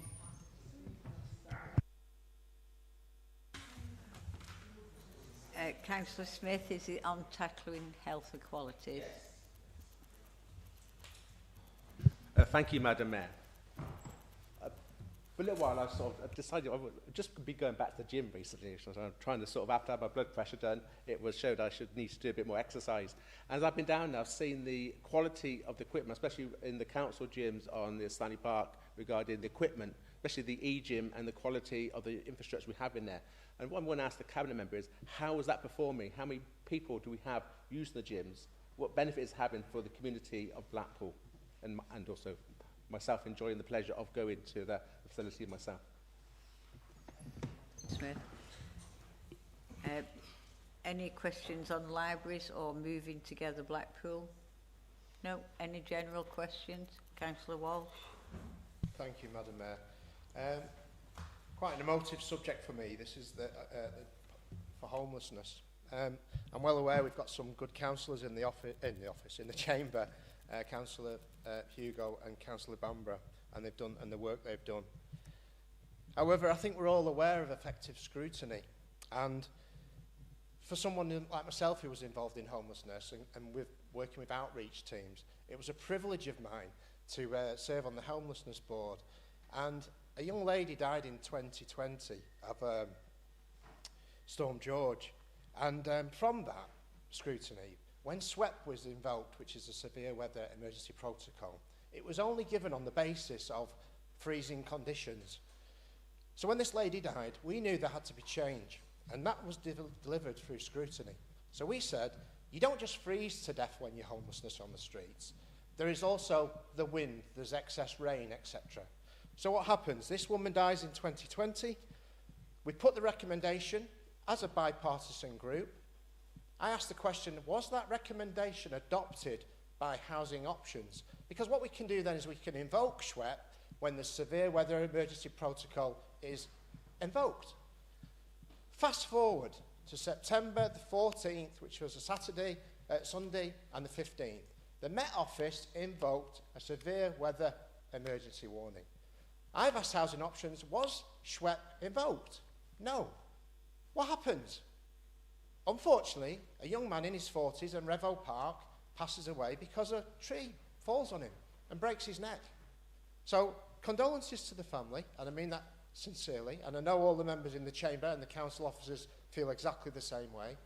And I'm not saying it was a contributory factor, but what I'm saying is, when we do effective scrutiny, it should be applied because of working experiences and what we see and feel on a day-to-day basis as local ward councillors.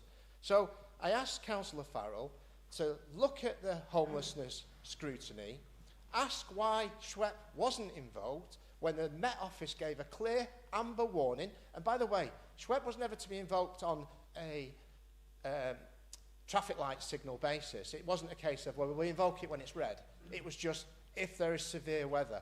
As I said, a lady died in 2020. That's how it came about. We wanted to bring about change. It doesn't look like it was applied. Thank you. Councillor Farrell. Sorry, Farrell. It's been a long day, hasn't it? Thank you. I'm going to respond to your question first, Councillor Walsh. I don't know the reason why SWEP wasn't activated on those 2 days. And obviously, you know, condolences to the family, and it was a very sad death. I will get a response and find out why it wasn't. Okay. I'm just going to answer in the whole, if that's okay. Thank you for your comments about the gym facilities. As somebody that uses the gym and the e-gym as well, and can I just say my strength age is 22. Get in there. You know, there's been a lot of investment because we understand the importance of not just getting our residents into the gym and doing team sports, but actually just getting moving, whether that's going for a walk in our wonderful parks or walking along our prom. And that's what's important. Councillor Brooks, yes, we do offer vegetarian and vegan options, and the children have a meat-free day as well. So, okay. And also, the year of reading is happening next year, and that's about encouraging our people into our libraries, and we've had the first meeting today, so there's a steering group set up about what the campaign, it's a DFE campaign, but we're going to maximise the opportunity while we can, and there's 3 priorities. There's one that's about parents reading to their children under 5, and then there's a focus on boys aged 10 to 16, and I can't remember the third one, apologies. So it was really great to sit round with the steering group and the team at the libraries. They're very enthusiastic, some great ideas coming out, so look forward to next year. And also you asked for some figures. Just the number of people using the gym. Yeah, the annual report, Active Blackpool annual report, is actually going to scrutiny next week, and it's on mod.gov, so you can have a look in there. Perfect. I think that's it. Thank you. Thank you, Councillor Farrell. Everybody done? Yes, moving on. Cabinet Member for Community Safety, Street Scene and Neighbourhoods. This report is Councillor Burdess, and she will present this report. Thank you, Councillor Burdess. Thanks, Madam Mayor. I'm not going to go through the report line by line, but before I take questions on my report, there's a couple of things I'd like to do. First of all, to share with you, given the recent publication of the National Audit on Group-Based Child Sexual Exploitation and Abuse, and in particular Baroness Casey's observations in Chapter 7 of that report, that myself and the leader have written to Simon Lightwood MP, Minister of Transport, to robustly express our support for change in this specific area of regulation. In her report, the Baroness identified that a local authority's ability to control and regulate who is a fit and proper person to drive a taxi in their area as an important lever to safeguard children and others who are vulnerable to exploitation, and particularly child sexual exploitation. We believe that this principle has and continues to be severely eroded through the ever-increasing encroachment of out-of-area vehicles and drivers. This is a position shared by many others, including the Mayor of Manchester, Andy Burnham. This is in his capacity as chairperson of the Greater Manchester Combined Authority, where earlier in 2025 he launched a campaign backing our taxis, local, licensed, trusted, with aims relating to putting a stop to out-of-area licensing. This is a position Blackpool wholeheartedly supports. The Baroness also observes in her report that it is unacceptable that local areas are unable to oversee and account for the taxis on their streets, and she calls for swift intervention by the Department for Transport. It is paramount to Blackpool's success that residents and visitors to our town feel safe here, in particular during the nighttime economy, and our licensed drivers are key to that success. That is why Blackpool requires its licensed drivers to undertake a safeguarding assessment prior to licensing, as well as providing them with a 20-page safeguarding handbook. This is supplemented with information and resources concerning county line drug supply and how this links to safeguarding vulnerable people targeted by organised criminals. All of this gives us a great deal of confidence in our licensed drivers to safeguard residents and visitors who they often encounter in various states of vulnerability. I'm going to shorten this. As a result of this, Blackpool Council has been written to on behalf of the House of Commons Transport Committee to give oral evidence at the first session of the licensing of taxis and private hire vehicle inquiries, which takes place on the 15th of October. This is a great opportunity for us to state our experiences and concerns and support our local taxi trade. I'm happy to take questions on the report.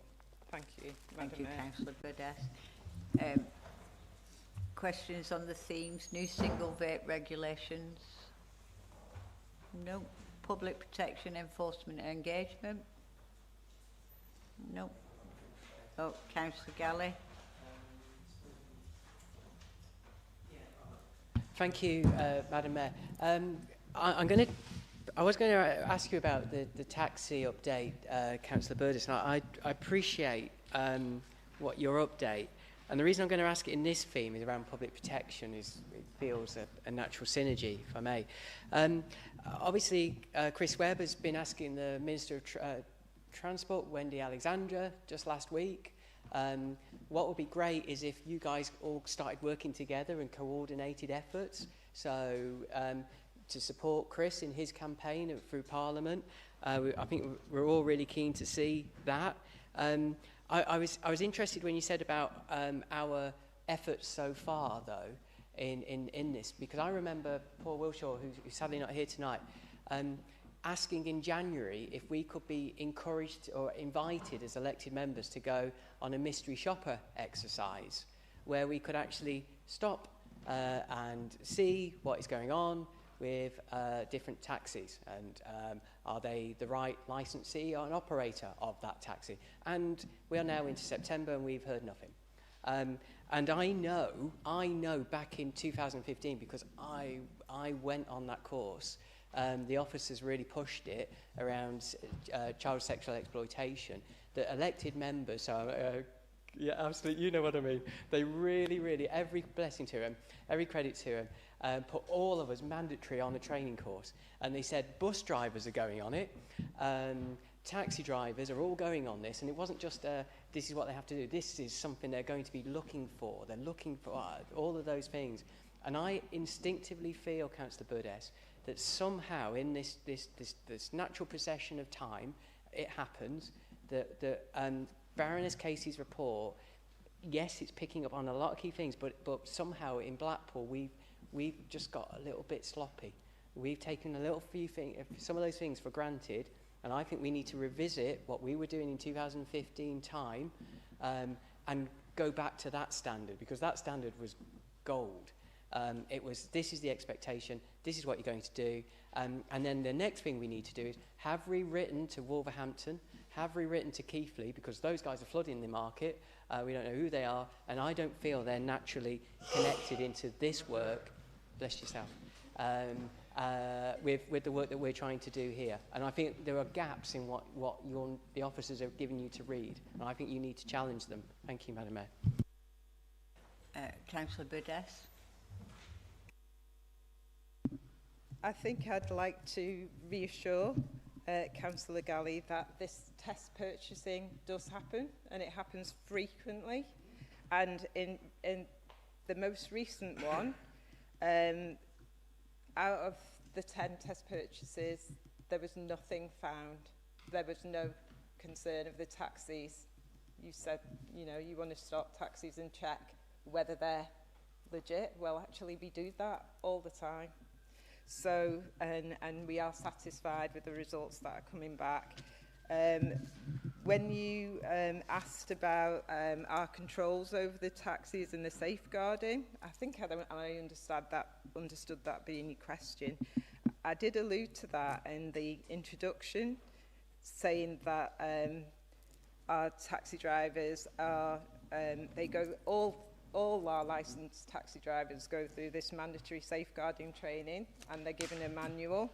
So, and we are confident in our licensing panel to make robust decisions, and that actually drove our mission to send the letter to the Transport Minister, because we know and we are actually confident in our controls over our drivers.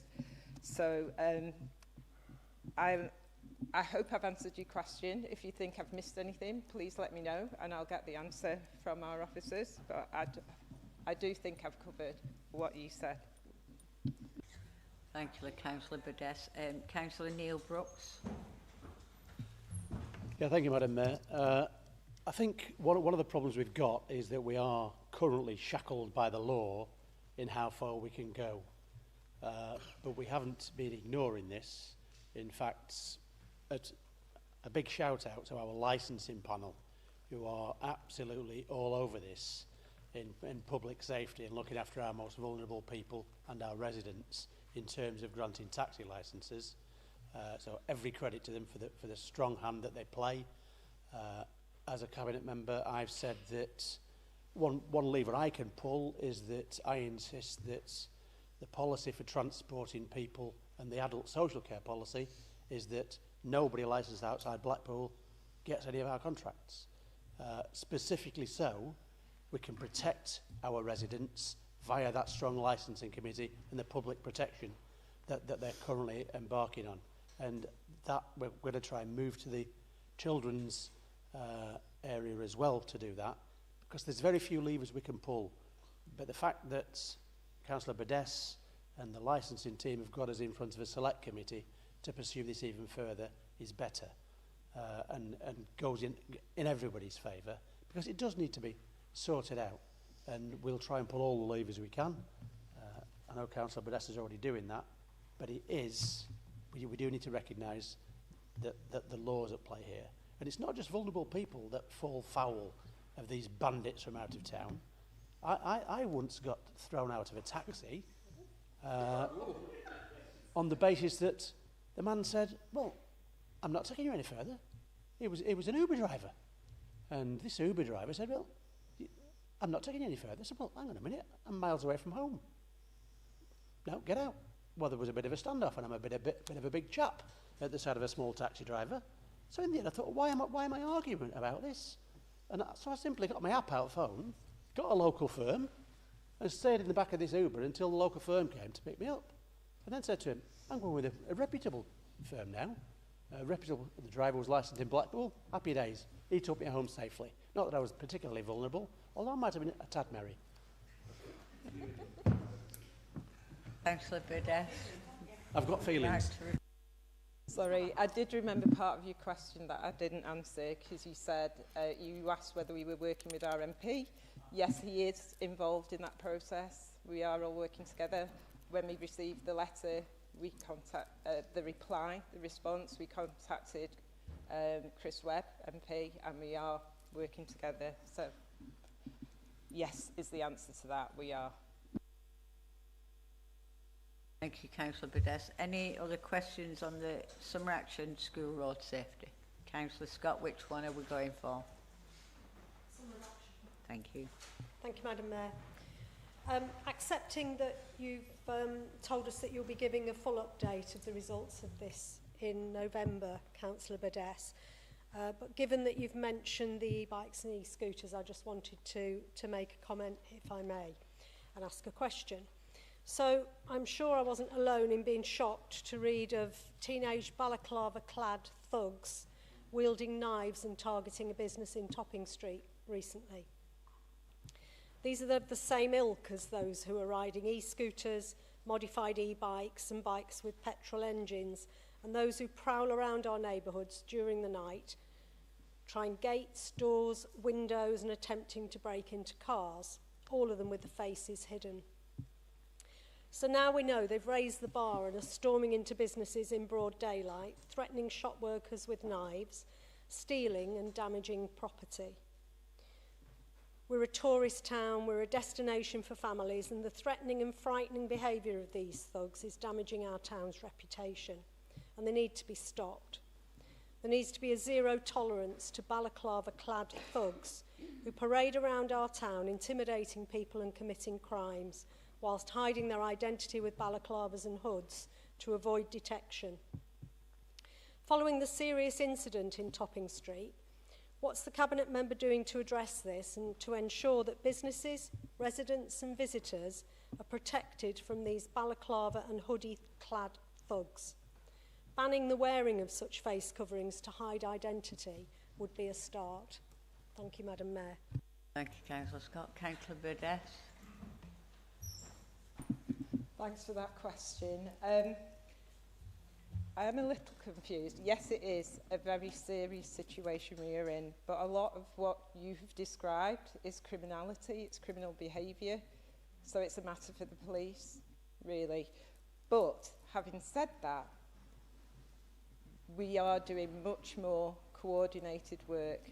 As you can see from the Summer of Action, yes, we did promise the report. The Summer of Action doesn't end until the end of this month, so I will bring a full report through to the next council meeting, or a full summary at least.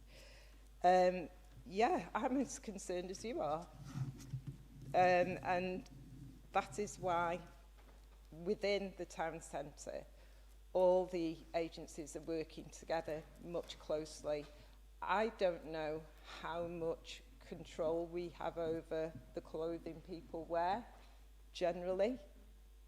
I think that's a decision far beyond what the council can do. But I do understand your concerns, and we are doing, as a group within Lancashire, we are working together to do our best to, you know, to limit the scourge of those groups of young people who terrorise communities in that way. I would like to add that there will be more, that within Blackpool, our campaign against e-bikes and scooters was the most successful in the region, and there will be further campaigns to follow. So I hope that gives you some level of assurance. Thank you, Madam Mayor. Thank you, Councillor Burdess. Any general questions? Oh, sorry, Councillor Brooks. I did write your name down as well. Oh, Councillor Brooks. It's okay. Thank you very much. I wanted to get in on the first one, actually, but I missed the point. I know from all sorts of previous work in schools that I've done that single-use vapes that are cheap and in all sorts of strange flavours are a big draw for youngsters. They're a big distraction in the classroom as well, aren't they? Councillor Thomas. They're a bit of a nightmare. But the point I wanted to make was that I've actually been in shops and noticed these are not there, and spoken to Councillor Burdess and spoken to the officers, and they've been out and they've got some of these vapes off the shelves. They're a big environmental issue. So I'm glad that we finally banned them. I just wondered if you could send me the details of how many of those you've had and how we're doing. But really, the reason I'm on my feet, I want to thank the member and all the officers for the consultation that we've had around the red lines that have been coming on. I know that I've worked with Councillor O'Neill. I attended a meeting in my ward where there were 50 residents, all with questions. Took the questions, contacted Highways. I had a 3-hour meeting with them the day after. We sorted out the issues, we redrew the scheme. Went back the week after, myself, Councillor O'Neill, and the member for head of Highways went out, answered all the questions. This is what consultation is about. Our residents wanted to know what the problem was, how it was going to affect them. We've gone out, we've asked the questions, they've asked the questions, we've gotten the answers, they've asked further questions, we're getting more answers, and we're going back out for consultation again. So I wanted to reassure everyone in Martin, to thank the officers, to thank the member, and as well to thank Councillor O'Neill and JB at the back for all his work with this. So just wanted to put that out there. Thank you.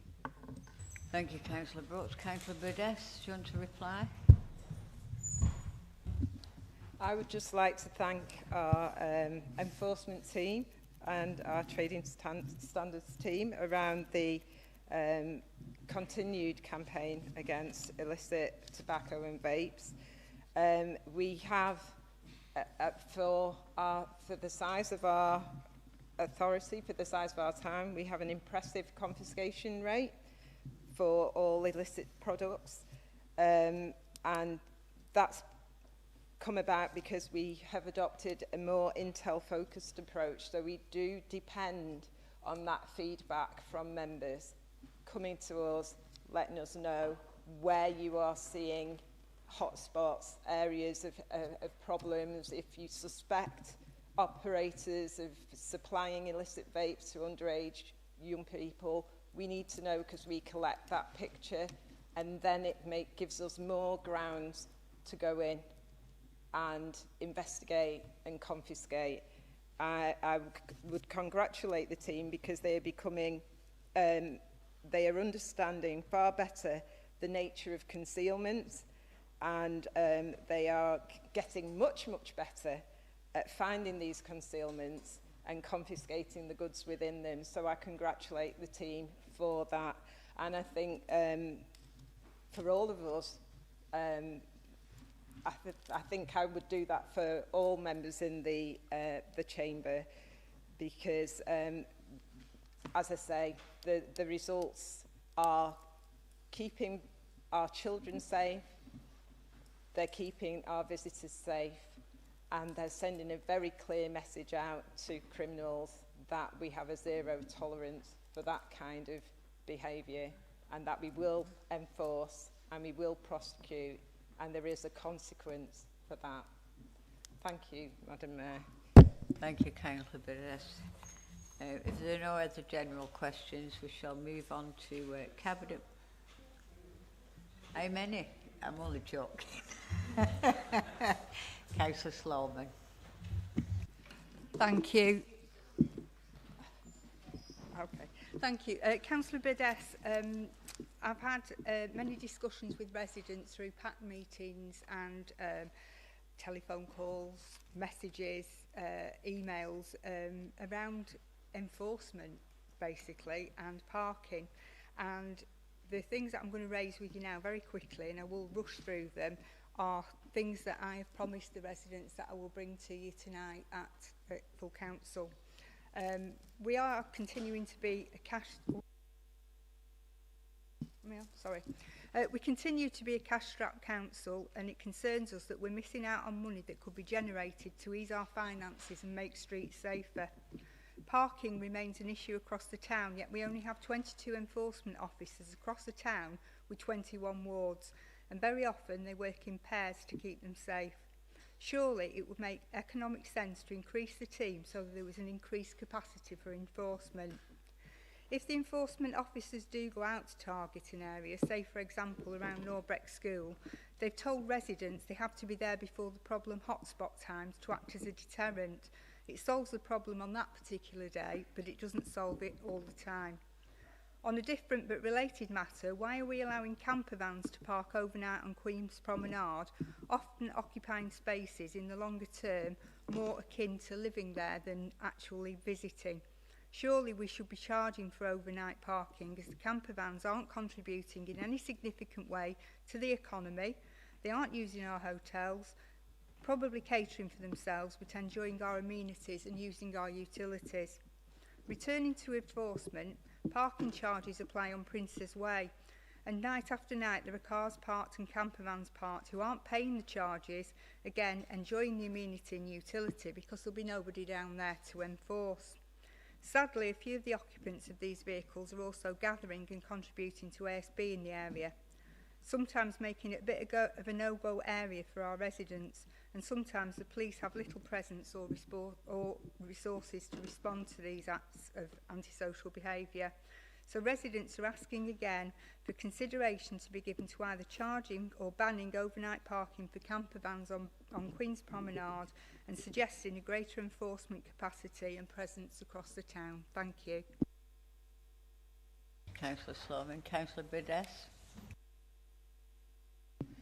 Thanks for the questions. I'm kind of lost in the kind of network of them there, so I would like to really kind of digest that and unpick that, and for the officers to give you the fullest response.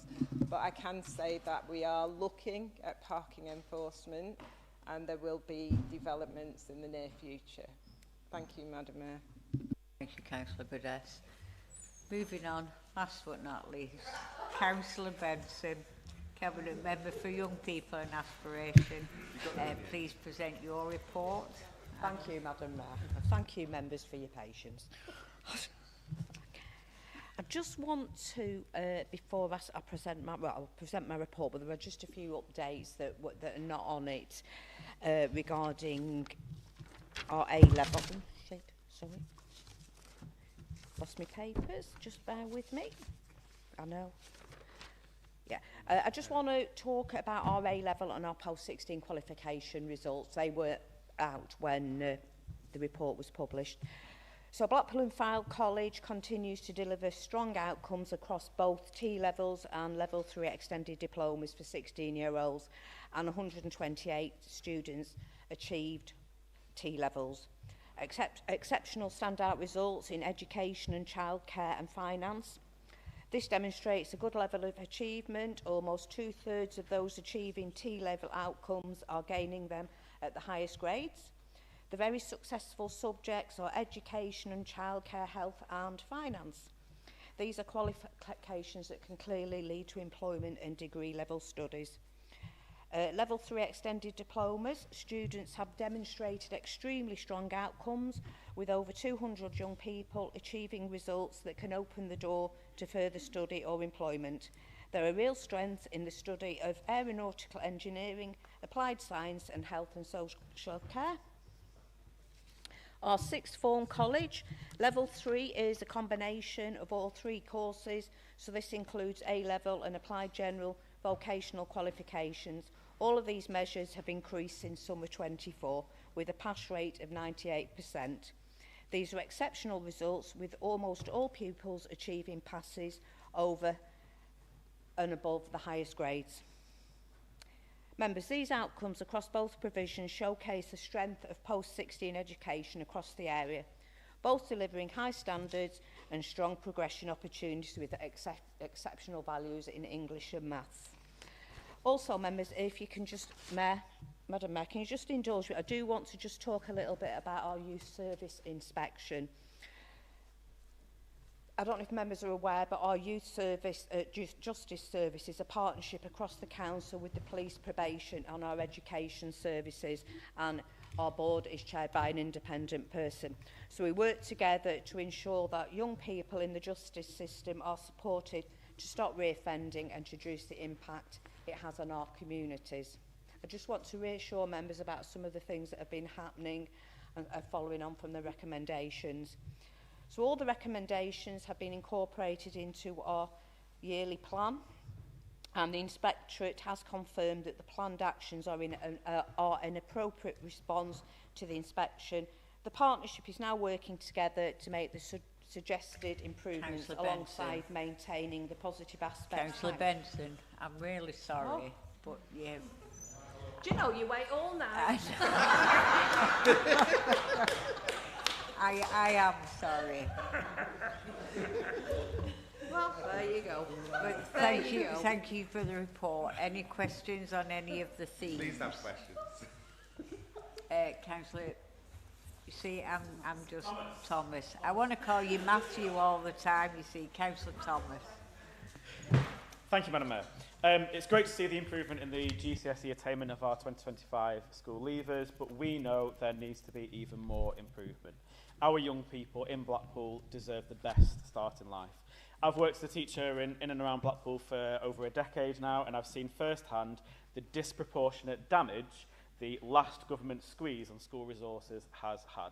There is a direct link between disadvantage and the gap in attainment, and our schools are compoundly impacted by their austerity, and they need support. So, Councillor Benson, what are we doing to support our schools and speed up these improvements in attainment? Thank you, Councillor Thomas. I think if we were sat here this time last year, I think we do need to congratulate all our young people on those GCSE. The general outcomes have improved considerably. If I think where we were this time last year, and we do need to congratulate them, we've seen significant progress, but we do have some way to go. As we have discovered, though, that working with our high schools, we do have limited opportunities. I do see, and I think as a council, we do see a greater growing willingness from our academies to work with the local authority. We will be, in partnership with academies and the Department of Education, reviewing the data from those outcomes that we've just received and sharing good practice and how they've been gained, what the commonalities are and what have you through that. Thank you. Thank you, Councillor Benson. Any other questions on the themes? Any general questions? Councillor Sloman? Thanks, I'll be very brief, I promise. Sat on school transport panel this week, appeals panels. It's about children predominantly who have special education needs and disabilities and quite often need assistance with transport to school. I've worked in children's services for a long time, and I've seen statutory guidance, I've seen regulation, I've seen God knows what that's there intended to help children and be wrapped around our children. Instead, we're trying to wrap our children around our policies and our regulations. It's a very simple one. It's a very simple question. Travel distance to school is determined, I understand, by a national grid and certain amounts of what's acceptable walking for a child. But what we're not taking into account with our children, particularly with statemented educational needs and disabilities, is that we've got children with sensory processing difficulties. And we've had a few come to the appeals where families have quite sensibly taken a longer, more circuitous walking route to school to ensure that their children aren't having to go along main roads, busy roads and other triggers that are going to inhibit their ability to settle down and get straight into the education day. So I wonder if there's going to be any wriggle room or scope for looking at that particular area of our policy. Thank you. Yeah, thank you, Councillor Sloan. Very good question. And I think any of us that are aware on scrutiny panels or anything to do with in the education know that the cost of that school transport is ever growing. That's not just this authority, that is every authority around the country, and our commissioning team are going to be reviewing that policy, going to look at it. We do need to change how we do things. Yes, I've sat on that appeals committee, and you know it's some of the young people that come with their parents, there's some really difficult decisions, but we do need to look at that policy, and I'm sure that they'll be taken into everything to consideration that you've mentioned. Thank you. Thank you, Councillor Benson. Any other questions? Did you put your hand up? No. Councillor Badess, is it appertaining to general questions? Yeah, it just relates to the educational outcomes. Thank you. So, as an educator, I've worked in education for over 20 years. I'm currently an employee of Blackpool and the Fylde College, and I'm sure Councillor Thomas could speak to the constant work of monitoring, evaluation and improving attainment that's going on within our educational establishments. I mean, I can just say that I know for sure that they go above and beyond, and that they will continue to go above and beyond to make sure our young people get the educational outcomes that they deserve. So I would just like to really just make that observation, put that out there, that they try their very best for our young people. Thank you, Councillor Burdess. Anything to add?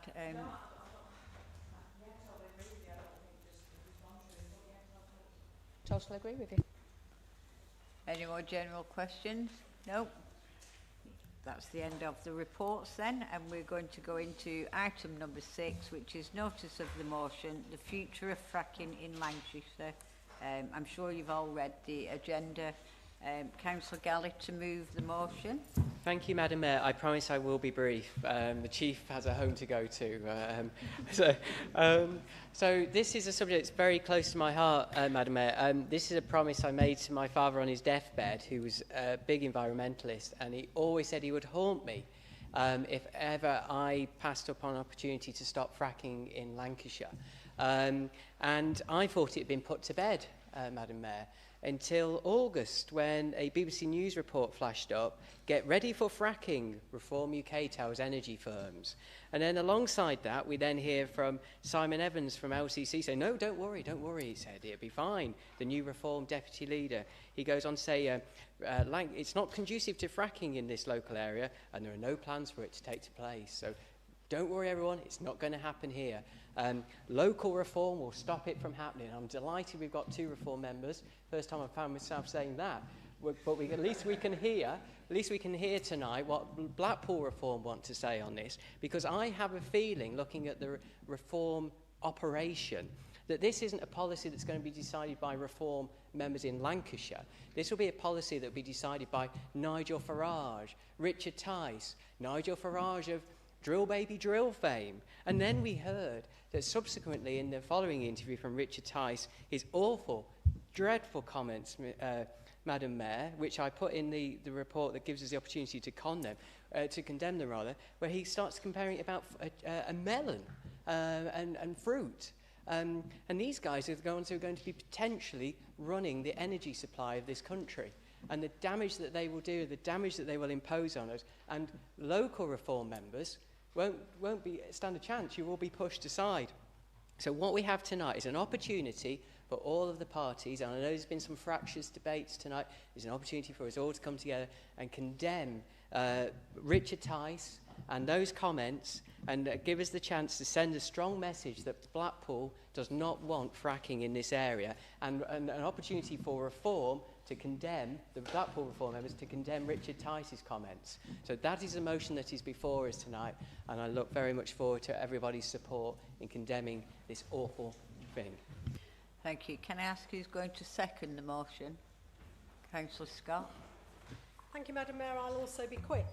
I heard from many residents voicing their concern when the exploratory works were taking place.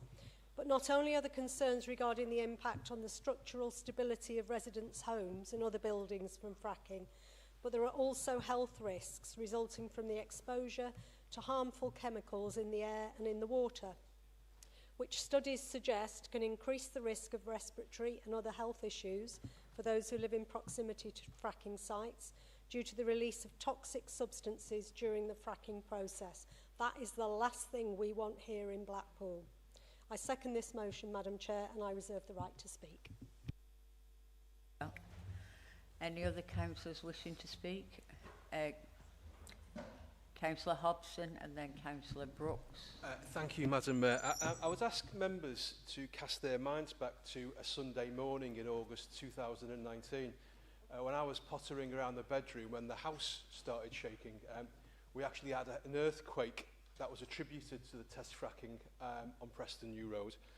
So myself, Councillor Burdess and Councillor Farrell, we all headed down there, and there were literally hundreds, possibly thousands of people down on Preston New Road expressing their extreme anger that the actions of the company down there had actually caused an earthquake. So I think I speak for at least 3 of us when we'll be saying we'll be supporting Councillor Galley's motion. Thank you, Councillor Hobson. Councillor Brooks. Thank you, Madam Mayor. I don't think it's any surprise that I'm up on my feet on this one. I was an anti-fracker before I was anything to do with the Labour Party, and I actually saw reassurances from the previous Labour MP before I got involved in delivering a leaflet for him. So I've been down there many times, been down there with several councillors, Councillor Cartmel, former Councillor Ryan as well, going back all that way. But I just want to put on record that I've never been for fracking. We're on a peninsula here. It never made sense. It never made sense environmentally. It's daft. Tomorrow I'm going to be on the Inshore Fisheries and Conservation Authority where we're talking about water quality and things like that. These are all fundamental for the people of Blackpool and making sure that our environment is protected. And I just want to put it on record that the Labour councillor for Martin is very much against fracking. And can we have a recorded vote, please? Thank you. Councillor O'Neill.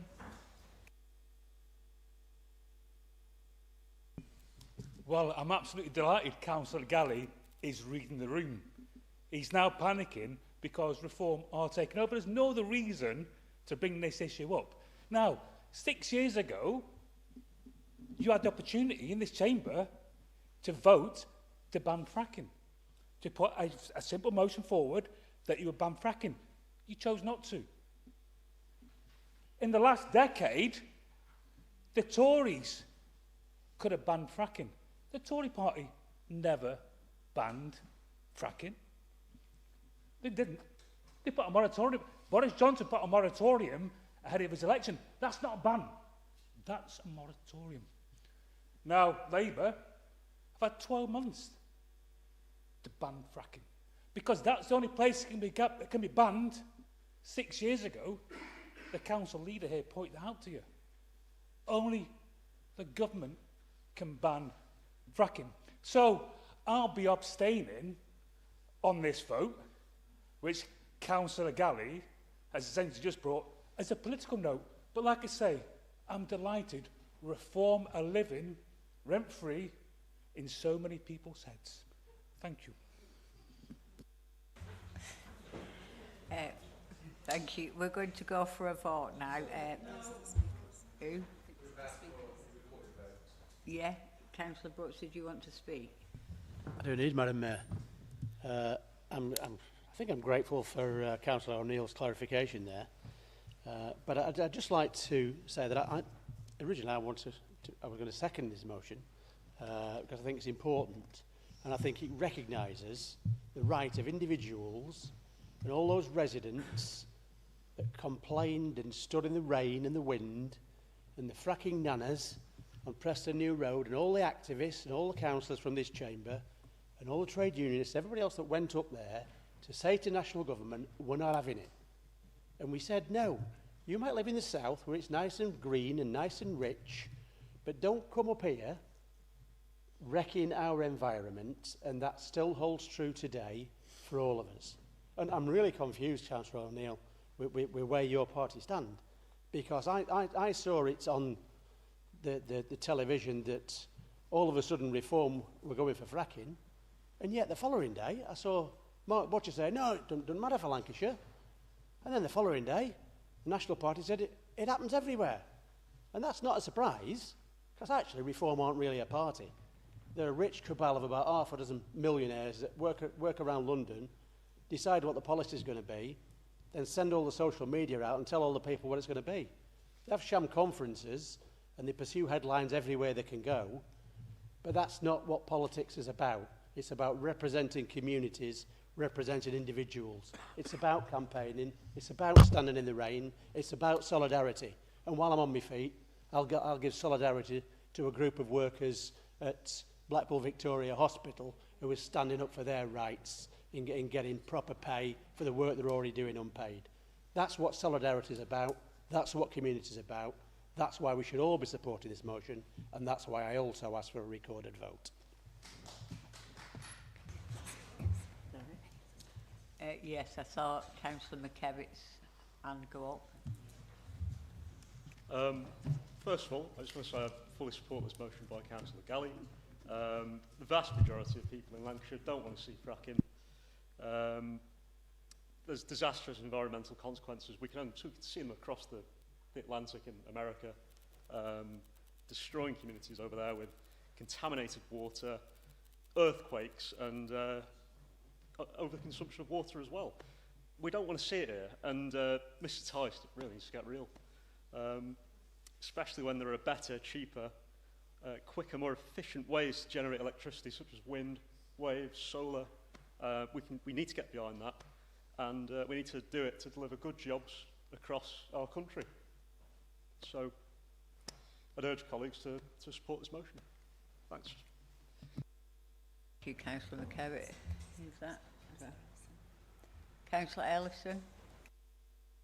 Sorry, I'll make it quick. Thank you, Madam Mayor.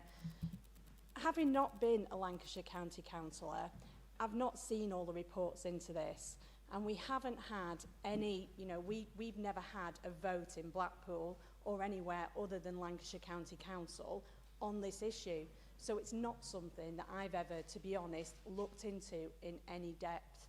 And the thing is, with the reorganisation around Lancashire, who knows if any one of us will end up being part of this new authority and having a vote. So for that reason, I'm just going to abstain as well. Thank you, Councillor Ellison. Any other questions? Any other questions? Any other questions? Yeah, Councillor Galley, right to reply. Councillor O'Neill, before you disappear, I have some news for you. I have some news.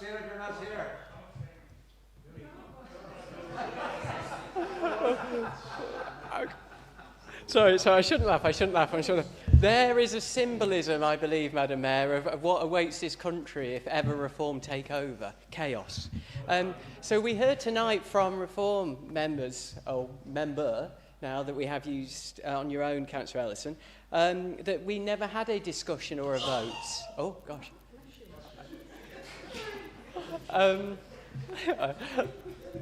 Sorry. We've never had a vote on fracking. Well, actually, we did. In this very chamber, in 2019, we had a vote in this chamber on climate change. And in that, because I spoke about it, because unfortunately Councillor Neil has disappeared, this is a promise I made to my father and is inherent with me. It's not just political. I care about this place because it's where I live. And it's a promise I made. And we had a vote on climate change. Thank you, Councillor Hobson. And in that, we condemned fracking, and we would ensure that we'll be frack-free in Blackpool as part of that. So we did have a vote. I'm delighted colleagues on the Labour side and obviously ourselves are united on this. I'm equally not surprised by Reform's stance because it combines two things. One is we won't condemn Richard Tice, who's your master, and Nigel Farage, who's your cult leader, and then it combines with I don't know, so I therefore won't do anything. Well, I suggest you educate yourself, and then you would know. And then you'll be able to make informed decisions about things that matter to you. But the good news is the residents of Norbrett will find out how you voted, that you will abandon them because you'll do exactly what Richard Tice and Nigel Farage will tell you to do. So I want to thank the Labour group for supporting us in this motion, Madam Mayor. Thank you, Councillor Galley. Can I see 5 hands for a recorded vote? Thank you. We're going to go straight to the vote now. Council to vote on the motion. Yeah. All those for... Oh, right, sorry. I'm sorry.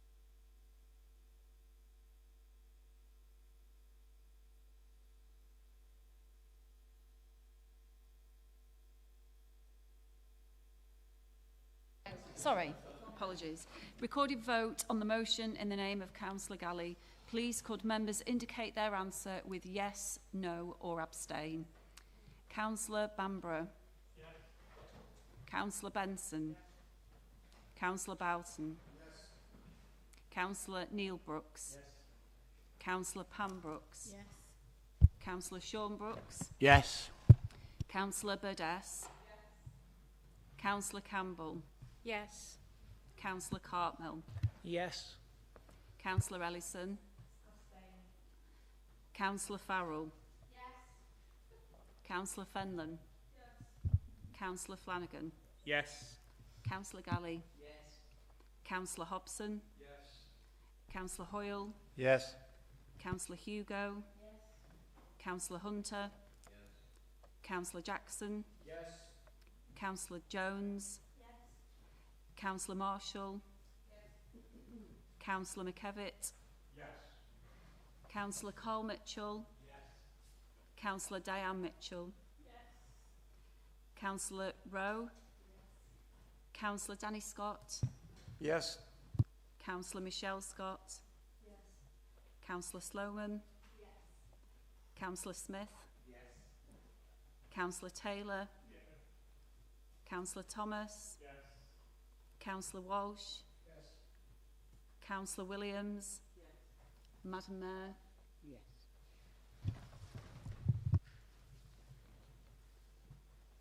Sorry, point of order. Councillor O'Neill is recorded on the minutes as being here, isn't he? So his vote needs to be recorded even though he's not here and he's not made it, He's no? not here for the vote, so he's not. Oh, so it's just not recorded. Will that be reflected in the minutes? All right, thank you.